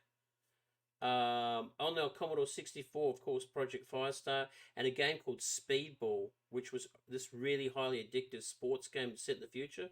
Love that game. Also on the Commodore 64 was Ghostbusters, the game. I don't know what it was about that game, but catching a ghost was hard as fuck. But when you did, it was so gratifying because like you had to not cross the streams, and it was like virtually impossible not to. And if you did, you'd fuck up your characters. But when you caught a ghost, it was usually Slimer. Yeah, I loved that game. I was hooked. Nintendo, like I said before, Teenage Mutant Ninja Turtles Back in Time, Street Fighter 2, Double Dragon, the Donkey Kong series, Mario Kart, Sega Genesis, definitely Splatterhouse, Wonder Boy, Ghosts and Ghouls. Remember that Ghosts and Goblins? Man, that game was so fucking hard. Yeah, definitely. Those are my go-to games. You just reminded me of another one, man. What's Fucking, that? did you ever play Mutant League Football? Did you ever play that? It rings a bell, but I don't know if I did. I don't know if I did. So basically, it was like Madden, like the old Madden on Yeah, Sega, yeah. but it was replaced with like ghouls, goblins, and monsters and shit like that. Oh, And I think I you could did. like not only kill like the players from the other team, Mm. but like if the ref would keep on a flag on you or something like that, you could specifically call a play to kill the ref to where there would be no more refs and you Yeah. would just brutalize and keep I shit on think people. I remember It that was game. Yeah, that was pretty cool. Oh, and Operation. the Oh no, you're right. Sorry. no, go ahead, my bad. There was a game I just remembered, Operation Task or Operation Force. It was like those games that was like Resident Evil, had the backdrop and your characters just moved. Yeah. This one was set on a train, and it was like Die Hard on a train. And I love this game. It's really hard to get now, and when it came out, it was not very popular, but I bought it for like a steal. It was not very expensive because it didn't have the greatest reviews. And I really, really liked it. I thought this was really cool because you got to save the president. He's on the train, and you got to shoot the bad guys. But it wasn't like a Resident Evil horror game. It was you against terrorists. So I liked that idea of it. It was like the premise of that one. That was really cool. I'm trying to remember. I know it's Operation something, but it was really good. And that was on PlayStation 1. And on PlayStation 2, like if we're going to get into PlayStation 2, Mercenaries on PlayStation 2, GTA 3, because Mercenaries were basically GTA. We could blow up shit, but that was such a great game. Jack and Daxter, Crash Bandicoot, when it was on there, and the Time Splitters series. I love them, but yeah. So, what was your go-to games on PlayStation 2? Well, PlayStation 1 and PlayStation 2 were pivotal for me. Yeah. So for PlayStation 1, of course, we said Tony Hawk. Oh yeah. Tenchu Stealth Assassin. Oh yeah, those guys were That was a great. fucking bitchin' ass game, dude. They were awesome. I forgot all about them. Siphon Filter. Yeah, that was a gem, dude. Yeah, I think Siphon Filter is one of those games. Anybody who's appreciated like Metal Gear Solid or I'm trying to think of the Splinter Cell. Any Yep. stuff like if you've enjoyed those games, they wouldn't have been what they are without Siphon Filter. Siphon Filter was really good. It was a perfect mix between espionage and action, and the coolest feature about the game was you had a taser, and you could just barbecue the fucking shit out of people. So that was I always remember really that fun one. to do. But so PlayStation 2, Yep. Vice City and San Andreas. Yeah, that was were probably Vice City was probably my favorite GTA. I love that one. By far most influential. The True Crime series. Yeah, they were LA really good and too. New York. Yeah, they were really good. Solid games. Even though New York wasn't as good, I still loved it. It was still a fun game. Yep. There were so many fucking games. That's the problem because we're ruining. They were ruining it because like I think the PlayStation 2 had one of the longest running years of and also and okay, here's one for you. SX Tricky, bro. That was my I love the fuck out of that game. Yeah. That was good. That and Jet Set Radio, man. Yeah. Those two. Oh yeah, Jet Set Radio. Yeah. Jet Set Radio. Yeah. That was some of my favorites. Yeah, I played the hell out of that game.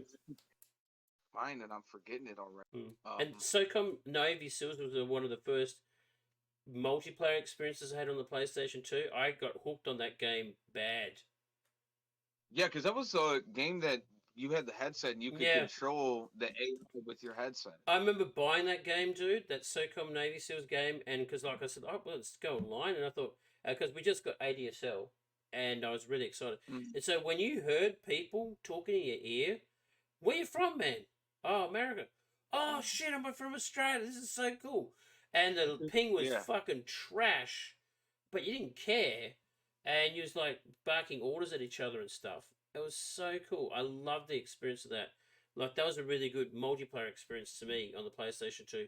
I loved those games because I heard that the SOCOM series is coming back on the PlayStation 5, and if it does, that's a no-brainer. I would be buying a PlayStation 5 because I really loved SOCOM back in the day, dude. I loved those games. They were innovative as shit, dude. Yeah. They just the mere concept of being able to control somebody with your voice, that you still don't even have that in video games now. Yeah. I mean, it did it shitty, but it attempted to do it. Darkwatch was another game I liked too. You're like this vampire cowboy, or was it Deathwatch? I can't remember. But you're this cowboy, and it was really, really cool, and it had some really innovative weapons and stuff like that. It was really, really cool. I liked that on PlayStation 2. Also, Doom 3 was awesome. I love that. Played the fuck out of that game. But just, man, I mean, we could talk all night about how many games there was and stuff like that. PlayStation 2 was by far one of the best, like, memory creating consoles, just because, like you said, Mm, it lasted so. There was hit after hit, and like I said, right mm, now they're all coming to mind at once, and I just want to mm. juggle it out. It's all going to come God of together. War. I mean, God Um, of War is another great game that was on the yeah, PlayStation 2. PlayStation 2. Yeah, it's PlayStation 2. I'm beyond grateful for Same here. all the benefits it brought, man. So I have another question for you, real quick. Yep. What was one of your favorite video games that was based off a movie? Ooh, I was going to ask you this question, or something similar. It was based off a movie. Yeah. I could tell you a lot of games that were based off movies that were trash, because movie tie-in games are Yeah. usually fucking garbage. Hmm. Ooh. Does it have to be recent or new or old? No. Old school. Old school, recent, no matter.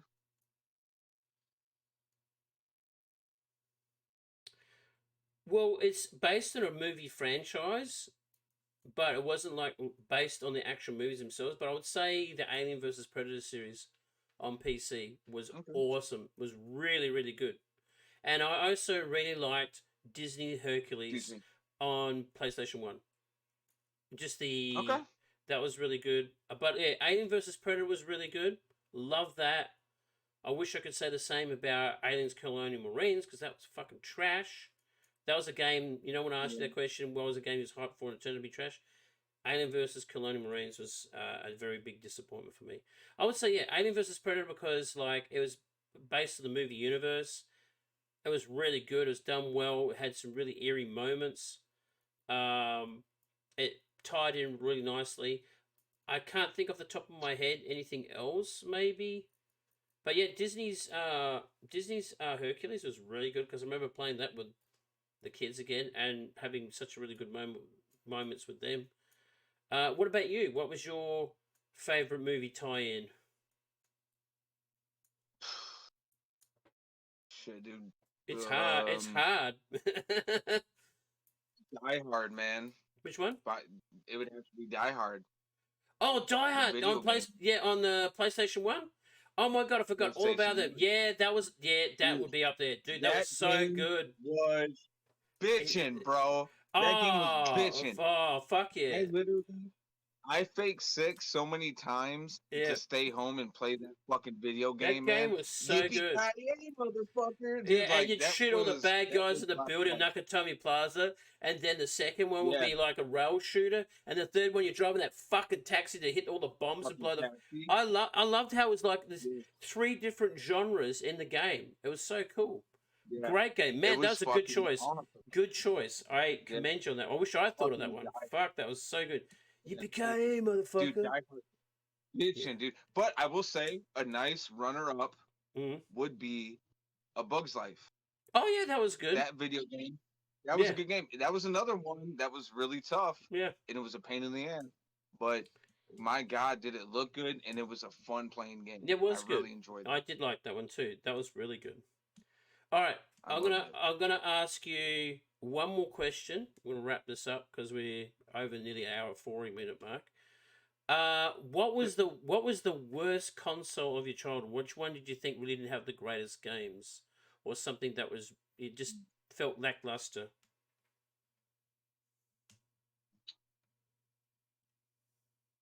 Fuck, man. If you can't think of one, I've For got me, another. Yeah. no, growing up, I think I never had it, but I thought it was just a mere disappointment. Nintendo GameCube. Yep. Yep. Um, that was a system that didn't really get any juice up until Resident Evil 4 came out. Mm. Um, Mm. It did have the Resident Evil remakes. I remember a friend of mine who had it, but there was like not really yeah, that many games on there. no, there wasn't too many games, and the games that there were on there, they weren't that good. Mm. And people would still much rather play their N64 because you had stuff like Mm. Mario 64, Banjo Kazooie. You Mm. had stuff like Mm. Conker's Bad Fur Day, Yeah, that was a Star great Fox. game. Yeah, Um, Star Fox as well. That was a great so game. yeah, those are Mm. great games. So like Mm. when you were competing against that, they Mm. just I don't think they had enough innovation Mm. and enough manpower to Mm. be able to make that succeed. Mm. I think the GameCube for me, I think was overall a disappointment in my childhood, Mm. just because I remember getting copies of Game Informer, um, and reading an article about how Mm. excited the gaming community Mm. was for it. Like, Mm. anybody who's old enough to remember, the copy of Game Informer I'm talking about is, I think they were covering one of the Resident Evil games, and they were Mm. also talking about at that point in time doing a Resident Evil movie that was going to star Sandra Bullock, Mm. as Claire, and they Oh, had a whole okay. article about it. Okay. And towards the back of the article, they had a thing talking about Nintendo GameCube that was going to be coming out in, Mm. a year and a half, 2 years, and they were talking about how great it's going to be and how it's Mm-hmm. going to be a gaming of the future, and Mm. we all know how that fucking. Yeah. So I think it had some good games, but like they just didn't release as many or as quickly to be competitive with the PlayStation, whereas it was just pumping out games like left, right, and center. You know, it had like a it couldn't huge compete with catalog. the hardware. Yeah. Yeah, and, well, it couldn't compete with the catalog, and it couldn't compete with the hardware Mm. of the PlayStation at Yeah. the time. And then, we were forgetting about the drop of the Xbox, right? Yeah. Like The right at Xbox. the Yeah. towards the last 5 to 7 years of PS2, the Xbox came out and just Yeah. fucking changed It was a a game lot of changer. things. It was a game changer because like that's when online gaming became more of a thing that was a demand because of the Halo series and stuff. Online gaming became more accessible, and then not just that, you had the Mm. option on Xbox to create your own soundtracks for games. Mm. You could download your music onto the Xbox and Mm. have it play while Mm. you were playing the game. Like, I Mm. remember, I went over to, this one girl. I was dating her, and I Mm. went over to her house, and her brother had a modded Xbox, right? Mm-hmm. And he was playing GTA 3 or some shit on there, Mm. and he had his own music playing from that he had all downloaded off LimeWire. For those of you who fucking Yeah. remember Back that in the shit. day. Um, and I just remember going home to myself thinking, like, dude, I need to get a fucking Xbox, dude. Like, this dude was listening to Blink 182 shooting people in the face. Like, that's Yeah. so cool. Yeah. Um, Fucking yeah, retro. that was fucking good. Yeah. Yeah. But yeah. What about you though? What was your disappointment? I would say, well, I didn't really own one like you, but the Sega Dreamcast, when that came out, um, Yeah. that game it had so much potential, but the price hike, the lack of games, and it died. Like the PlayStation One came out not long after and just wiped it, which was a shame because Wiped it. it had like the online features. You could play like Madden and all that on there, and it had a lot of potential. But I think it was because of the price range and the lack of games, and it just because I remember a friend of mine bought it. So, oh man, this is cool. What game? Other games you got for it? Oh, I just got these two. Well, when's the other games coming out? I don't know. So there was not really much information for the Sega Dreamcast, and Sega sort of knew that it was already going to die because when the PlayStation came out, like it was selling like hotcakes, and they Yeah. just yeah Everybody wanted one. yeah everyone wanted one, which is a Well, shame and, because and I that's, think the Sega would have that's done it what, right if the price was not so expensive, and they had a good catalog ready to go. Like when the PlayStation One game came out, like there was like a abundant, huge amount of games coming out already. Bam, off the ladder. And same. Oh, sorry. I think no. Sorry. The Sega Dreamcast came out just before PlayStation Two. I think. Sorry. Was it 98 or 99? And when that came out, it had like online capabilities. But I think the PlayStation Two was coming out and it had like tons of games. Yeah. Sorry. But yeah. But no, yeah. no, no, you're good. But no, I agree with you because I think the only really redeeming game that was on Dreamcast was Code Veronica, Resident Evil, right? Like, Yeah, that's that's a the great only game. game I can think Yeah, that of and off the top well, of it my also head. had Tekken. It had Tekken on there, which looked That's fucking right. amazing. They Yeah. did have Tekken on there. And That's they right. had one of the Madden games on there, and it had this really weird fish game too, like with the faces. I can't remember what it was. It was Oh, fucked up. yeah. Yeah, that was Um, fucked. but I think ultimately what kind of did the Dreamcast in too was the predecessor, Sega Saturn, kind of didn't do well, and then the predecessor to that was the Sega Game Gear, which I don't know if you remember. Mm, Um, it was a piece of hardware that was way ahead of its time, mm, and the graphics for it were absolutely phenomenal. They were mm. the Sega Game Gear's graphics were better than the regular Sega, but it was Yeah, portable. It was a yeah, handheld.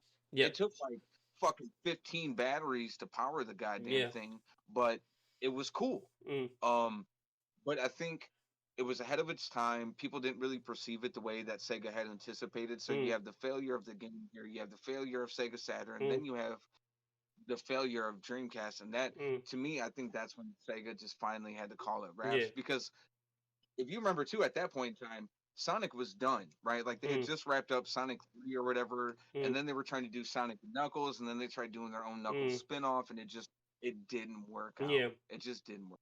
They just stuck to making games, Which is which I think Sega should have done.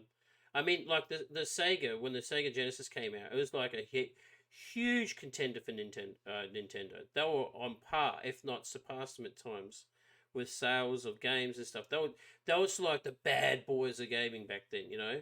But then like Nintendo was like, well, we're gonna lift it up a notch, and Nintendo knows what they're doing. They know how to market their product. They do it well. Where Sega was saying, yeah, okay, we got to rush this out, and I think that's what happens when they're rushing things out. It hurt them in the long run. And like the Sega Saturn, like really promising console, they just didn't have enough games, and the price of it was really expensive for a console at this time. And you choose by your budget. Like if you have a PlayStation 2 that's got the same type of games as the Sega Saturn or the Sega Dreamcast, and they're cheaper, you're going to go and pick the yeah, other one, even if the hardware's slightly different. You're going to go. That's what made me choose an Xbox 360 over a PlayStation 3 was the price. I was PlayStation all the way, baby. I was PlayStation 1, I was PlayStation 2, and then when the PlayStation 3 came out, I was like, whoa, that's fucking expensive. Xbox 360 was a lot yeah. cheaper. And that's what made me change to Xbox 360. Yeah, So, same here. I mean, mm, I was a PlayStation boy. Well, I mean, I was a PlayStation boy, but I also had a mm, PC for a while when I was younger. mm, So like, mm-hmm, it was kind of split. But then I decided like, oh, I don't want to do PC because you can't have a friend come over mm, mm, and play a game with you when you're on PC, yeah, right? Unless they bring a computer over. But mm, neighborhood I grew up in, not many people had a computer. yeah, So like, mm, I didn't. I felt like I was just inviting people over to watch me play. So like yeah, consoles are perfect because you can get another controller mm, and they can link up with you and play. yep, But I know you said you had to wrap it up soon. I wanted to end with one question. And by the yeah. way, Mm-hmm. I didn't write any of these questions down, so I hope my questions have been good. No, your Um, questions are awesome. the last one I thought about, if there's one thing that you could bring back from games in the past, and it doesn't even have to necessarily be like a game itself, just like it could be a concept, a feeling, whatever. Like, but if there's one thing that you could bring back from games of the past and put them into games that are being made. Couch co-op all the way. Just sitting with your friends playing couch co-op was. That's how we used to play multiplayer. You have four Yeah, controllers. You got your friends over. You'd get the interaction there was really good. I mean, now it's all because like now I think there's only like not even a handful of games I can think that has split screen. A feature like mm, I think the Call of Duty still have it, which is great that they still do that. That's something, and Halo. But a lot of multiplayer games that come out nowadays do not have that feature, and like to have that feature in like your shooters, I think is great because I remember playing Goldeneye on the N64 with friends and just sitting there and just smashing it, and also other games where we had like four controllers hooked up, like with Halo on Xbox. You just smashing the screens and stuff like that, and just giving each other fucking trash talk with your friends right there. Uh, Split screen co-op was such a great feature back then, and also with the Gears of War series, like I liked how, and I know they still do it, which is great. Where you do a campaign together on split screen, and you didn't have to be online to do it or pick up a friend. There was a split screen option where, because me and Tyler have done Gears of War 1, 2, and 3 on split screen.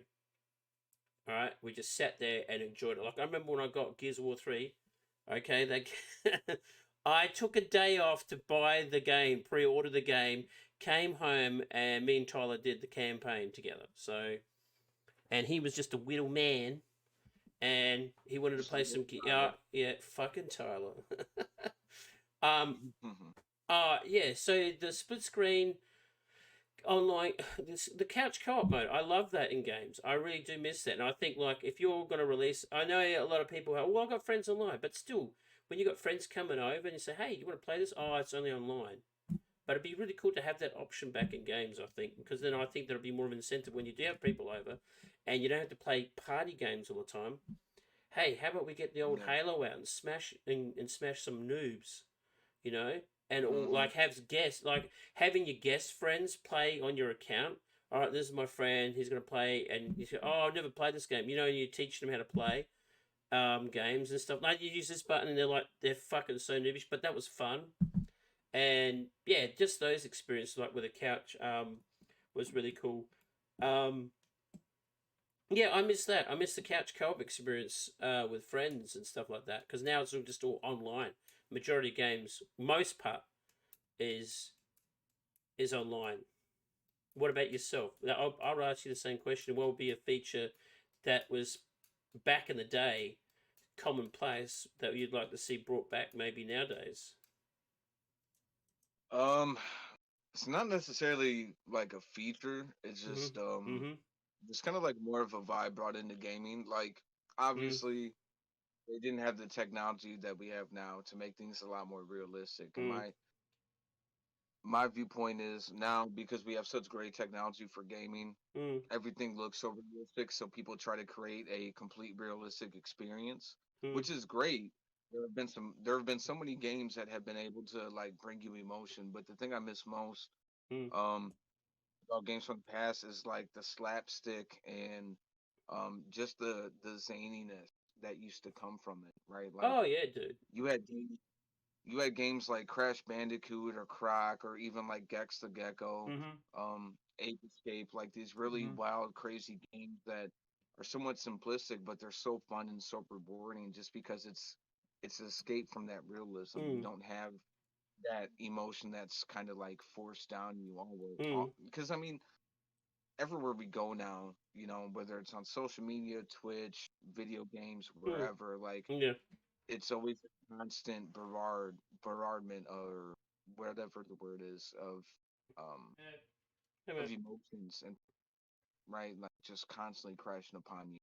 Yeah. And with games, there's a lot of that that's being initiated in there, and it's great because we do have to have these conversations. But it's Mm. like I miss when some The companies were innocence of willing to games, is that what you're trying to say? Like the innocence of like the like the yeah. innocence is just like like I said, just a little bit Mm. more fun, a Mm. little bit more Mm. not so tied up on having ultra realistic 4K graphics. Like I don't Mm. fucking care. Like I don't care if it runs at 1,000 frames per Yeah. second or 100 frames per Mm. second. Like I want a game that has a good environment, Mm. good mechanics, a good Mm. character, and a good story. And then I'm good. Like Mm. I don't need all Mm. this crazy like oh my god you can see the bead of sweat trickle down and it goes all the way Mm. down her ass and it gets larger when it gets by her. I don't Mm. care. Like I Yeah. really don't. I think I Like totally agree with you on that. Like there's this like this urge to make games so realistic, and even though we're trying to escape realism and go to another place that we don't have to deal with day in day out. I get that totally. mm, No, that's a good answer. Definitely a yeah. good answer because yeah, I agree. Like day in day out, you no matter whether your 9 to 5 job or just dealing with some personal shit, you're that's why games are so popular. Is we're trying to escape. It's our escapism. It's our way of just like shutting off the real world for a few hours and being another character, maybe in another planet or another era of time, or hunting, whether it's hunting dragons or shooting bad guys or rescuing somebody or something, or going through a spooky house. It doesn't have to have, like you said, the 4K 144 hertz resolution where you want to call it crap. Can't it just be a guy pouring a beer and sliding like was it that beer game when you used to throw beers and you had to catch them? Oh, yeah. Oh, just something simple to catch, just to take your mind off things and have a bit of laugh. But yeah, I agree with that. That's really true because like now games are so serious and like those brooding, like it's kind of like our Marvel movies, like our superhero movies. Before there was all simplistic. There's the bad guy, here's the good guy, or whatever, vice versa. But now it's like he's got this, or she, or he has got this really dark story. They're trying to make all the superhero movies got this dark foreboding. But if you read comic books, there wasn't really that. You know, it was just good versus evil. But now it's always got to have like an extra edge to it nowadays. And I think you're right about the games, just trying to push it to make it more and more realistic, more realism. But it doesn't really need that. Like you said, just a good, simple story, some great mechanics, great gameplay, aesthetically pleasing to the eye, and great. And also, I think music is very important in the game too. That hooks you in, you know. But yeah, music and sound. Yeah. Well, man, that's nearly 2 hours we've been talking about video games, and I know we could probably talk another hour or two, but it's been awesome. I've been loving doing these podcasts with you, and I'm gonna probably talk to you a little bit more after if you got some time to talk about maybe talk about next week. But what I want to say, most importantly, is thanks to everyone who has watched this. Or really do appreciate it. Even if you watch like 5 minutes of it or 10 minutes of it, or just skip through bits and pieces, really appreciate it. Me and the Stone Samurai appreciate that you guys take the time to watch it. Please do us a really huge favor. Go down the bottom, comment down below if you would want to suggest a topic that you want us to talk about. We'd love to hear from all of you. We're going to probably discuss what our next week's one's going to be. And if you like this, please click a like and subscribe to the channel if you're new. I'd really appreciate that.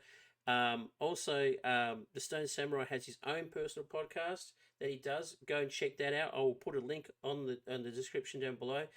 Please go and check that out. He's one of the main reasons why I'm doing this, because I love talking to this guy. I really, really do. He is just, for a young gentleman, he's just full of knowledge on a lot of things. And I know that when I talk to him, I'm not going to get BS. I'm going to get a proper input out of him. So he's a dear friend, and go check out his podcast, please.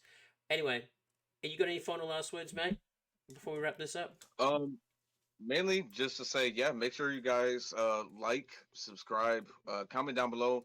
Please, I want to see some more engagement on PS2's channel. So comment down some of your guys' honorable mentions for your favorite games, whether it was a Nintendo, PlayStation, whatever. Just write down some of your favorite games. I'd love to talk to you about them on YouTube. So go ahead and chat it up, or just come to PS2's Twitch channel, my Twitch channel, Stone Samurai. And like PS2 said, just thank you guys for supporting. Appreciate it. And thank you for the kind words as well, PS2. No, anytime. I love you, dude. And I love you guys who are watching. Anyway, thanks for watching and listening to us rag on about video games. Next week, we'll be doing another one, probably Monday or Tuesday, depending what times I'm working. But again, thanks for watching, and peace out. Bye for now.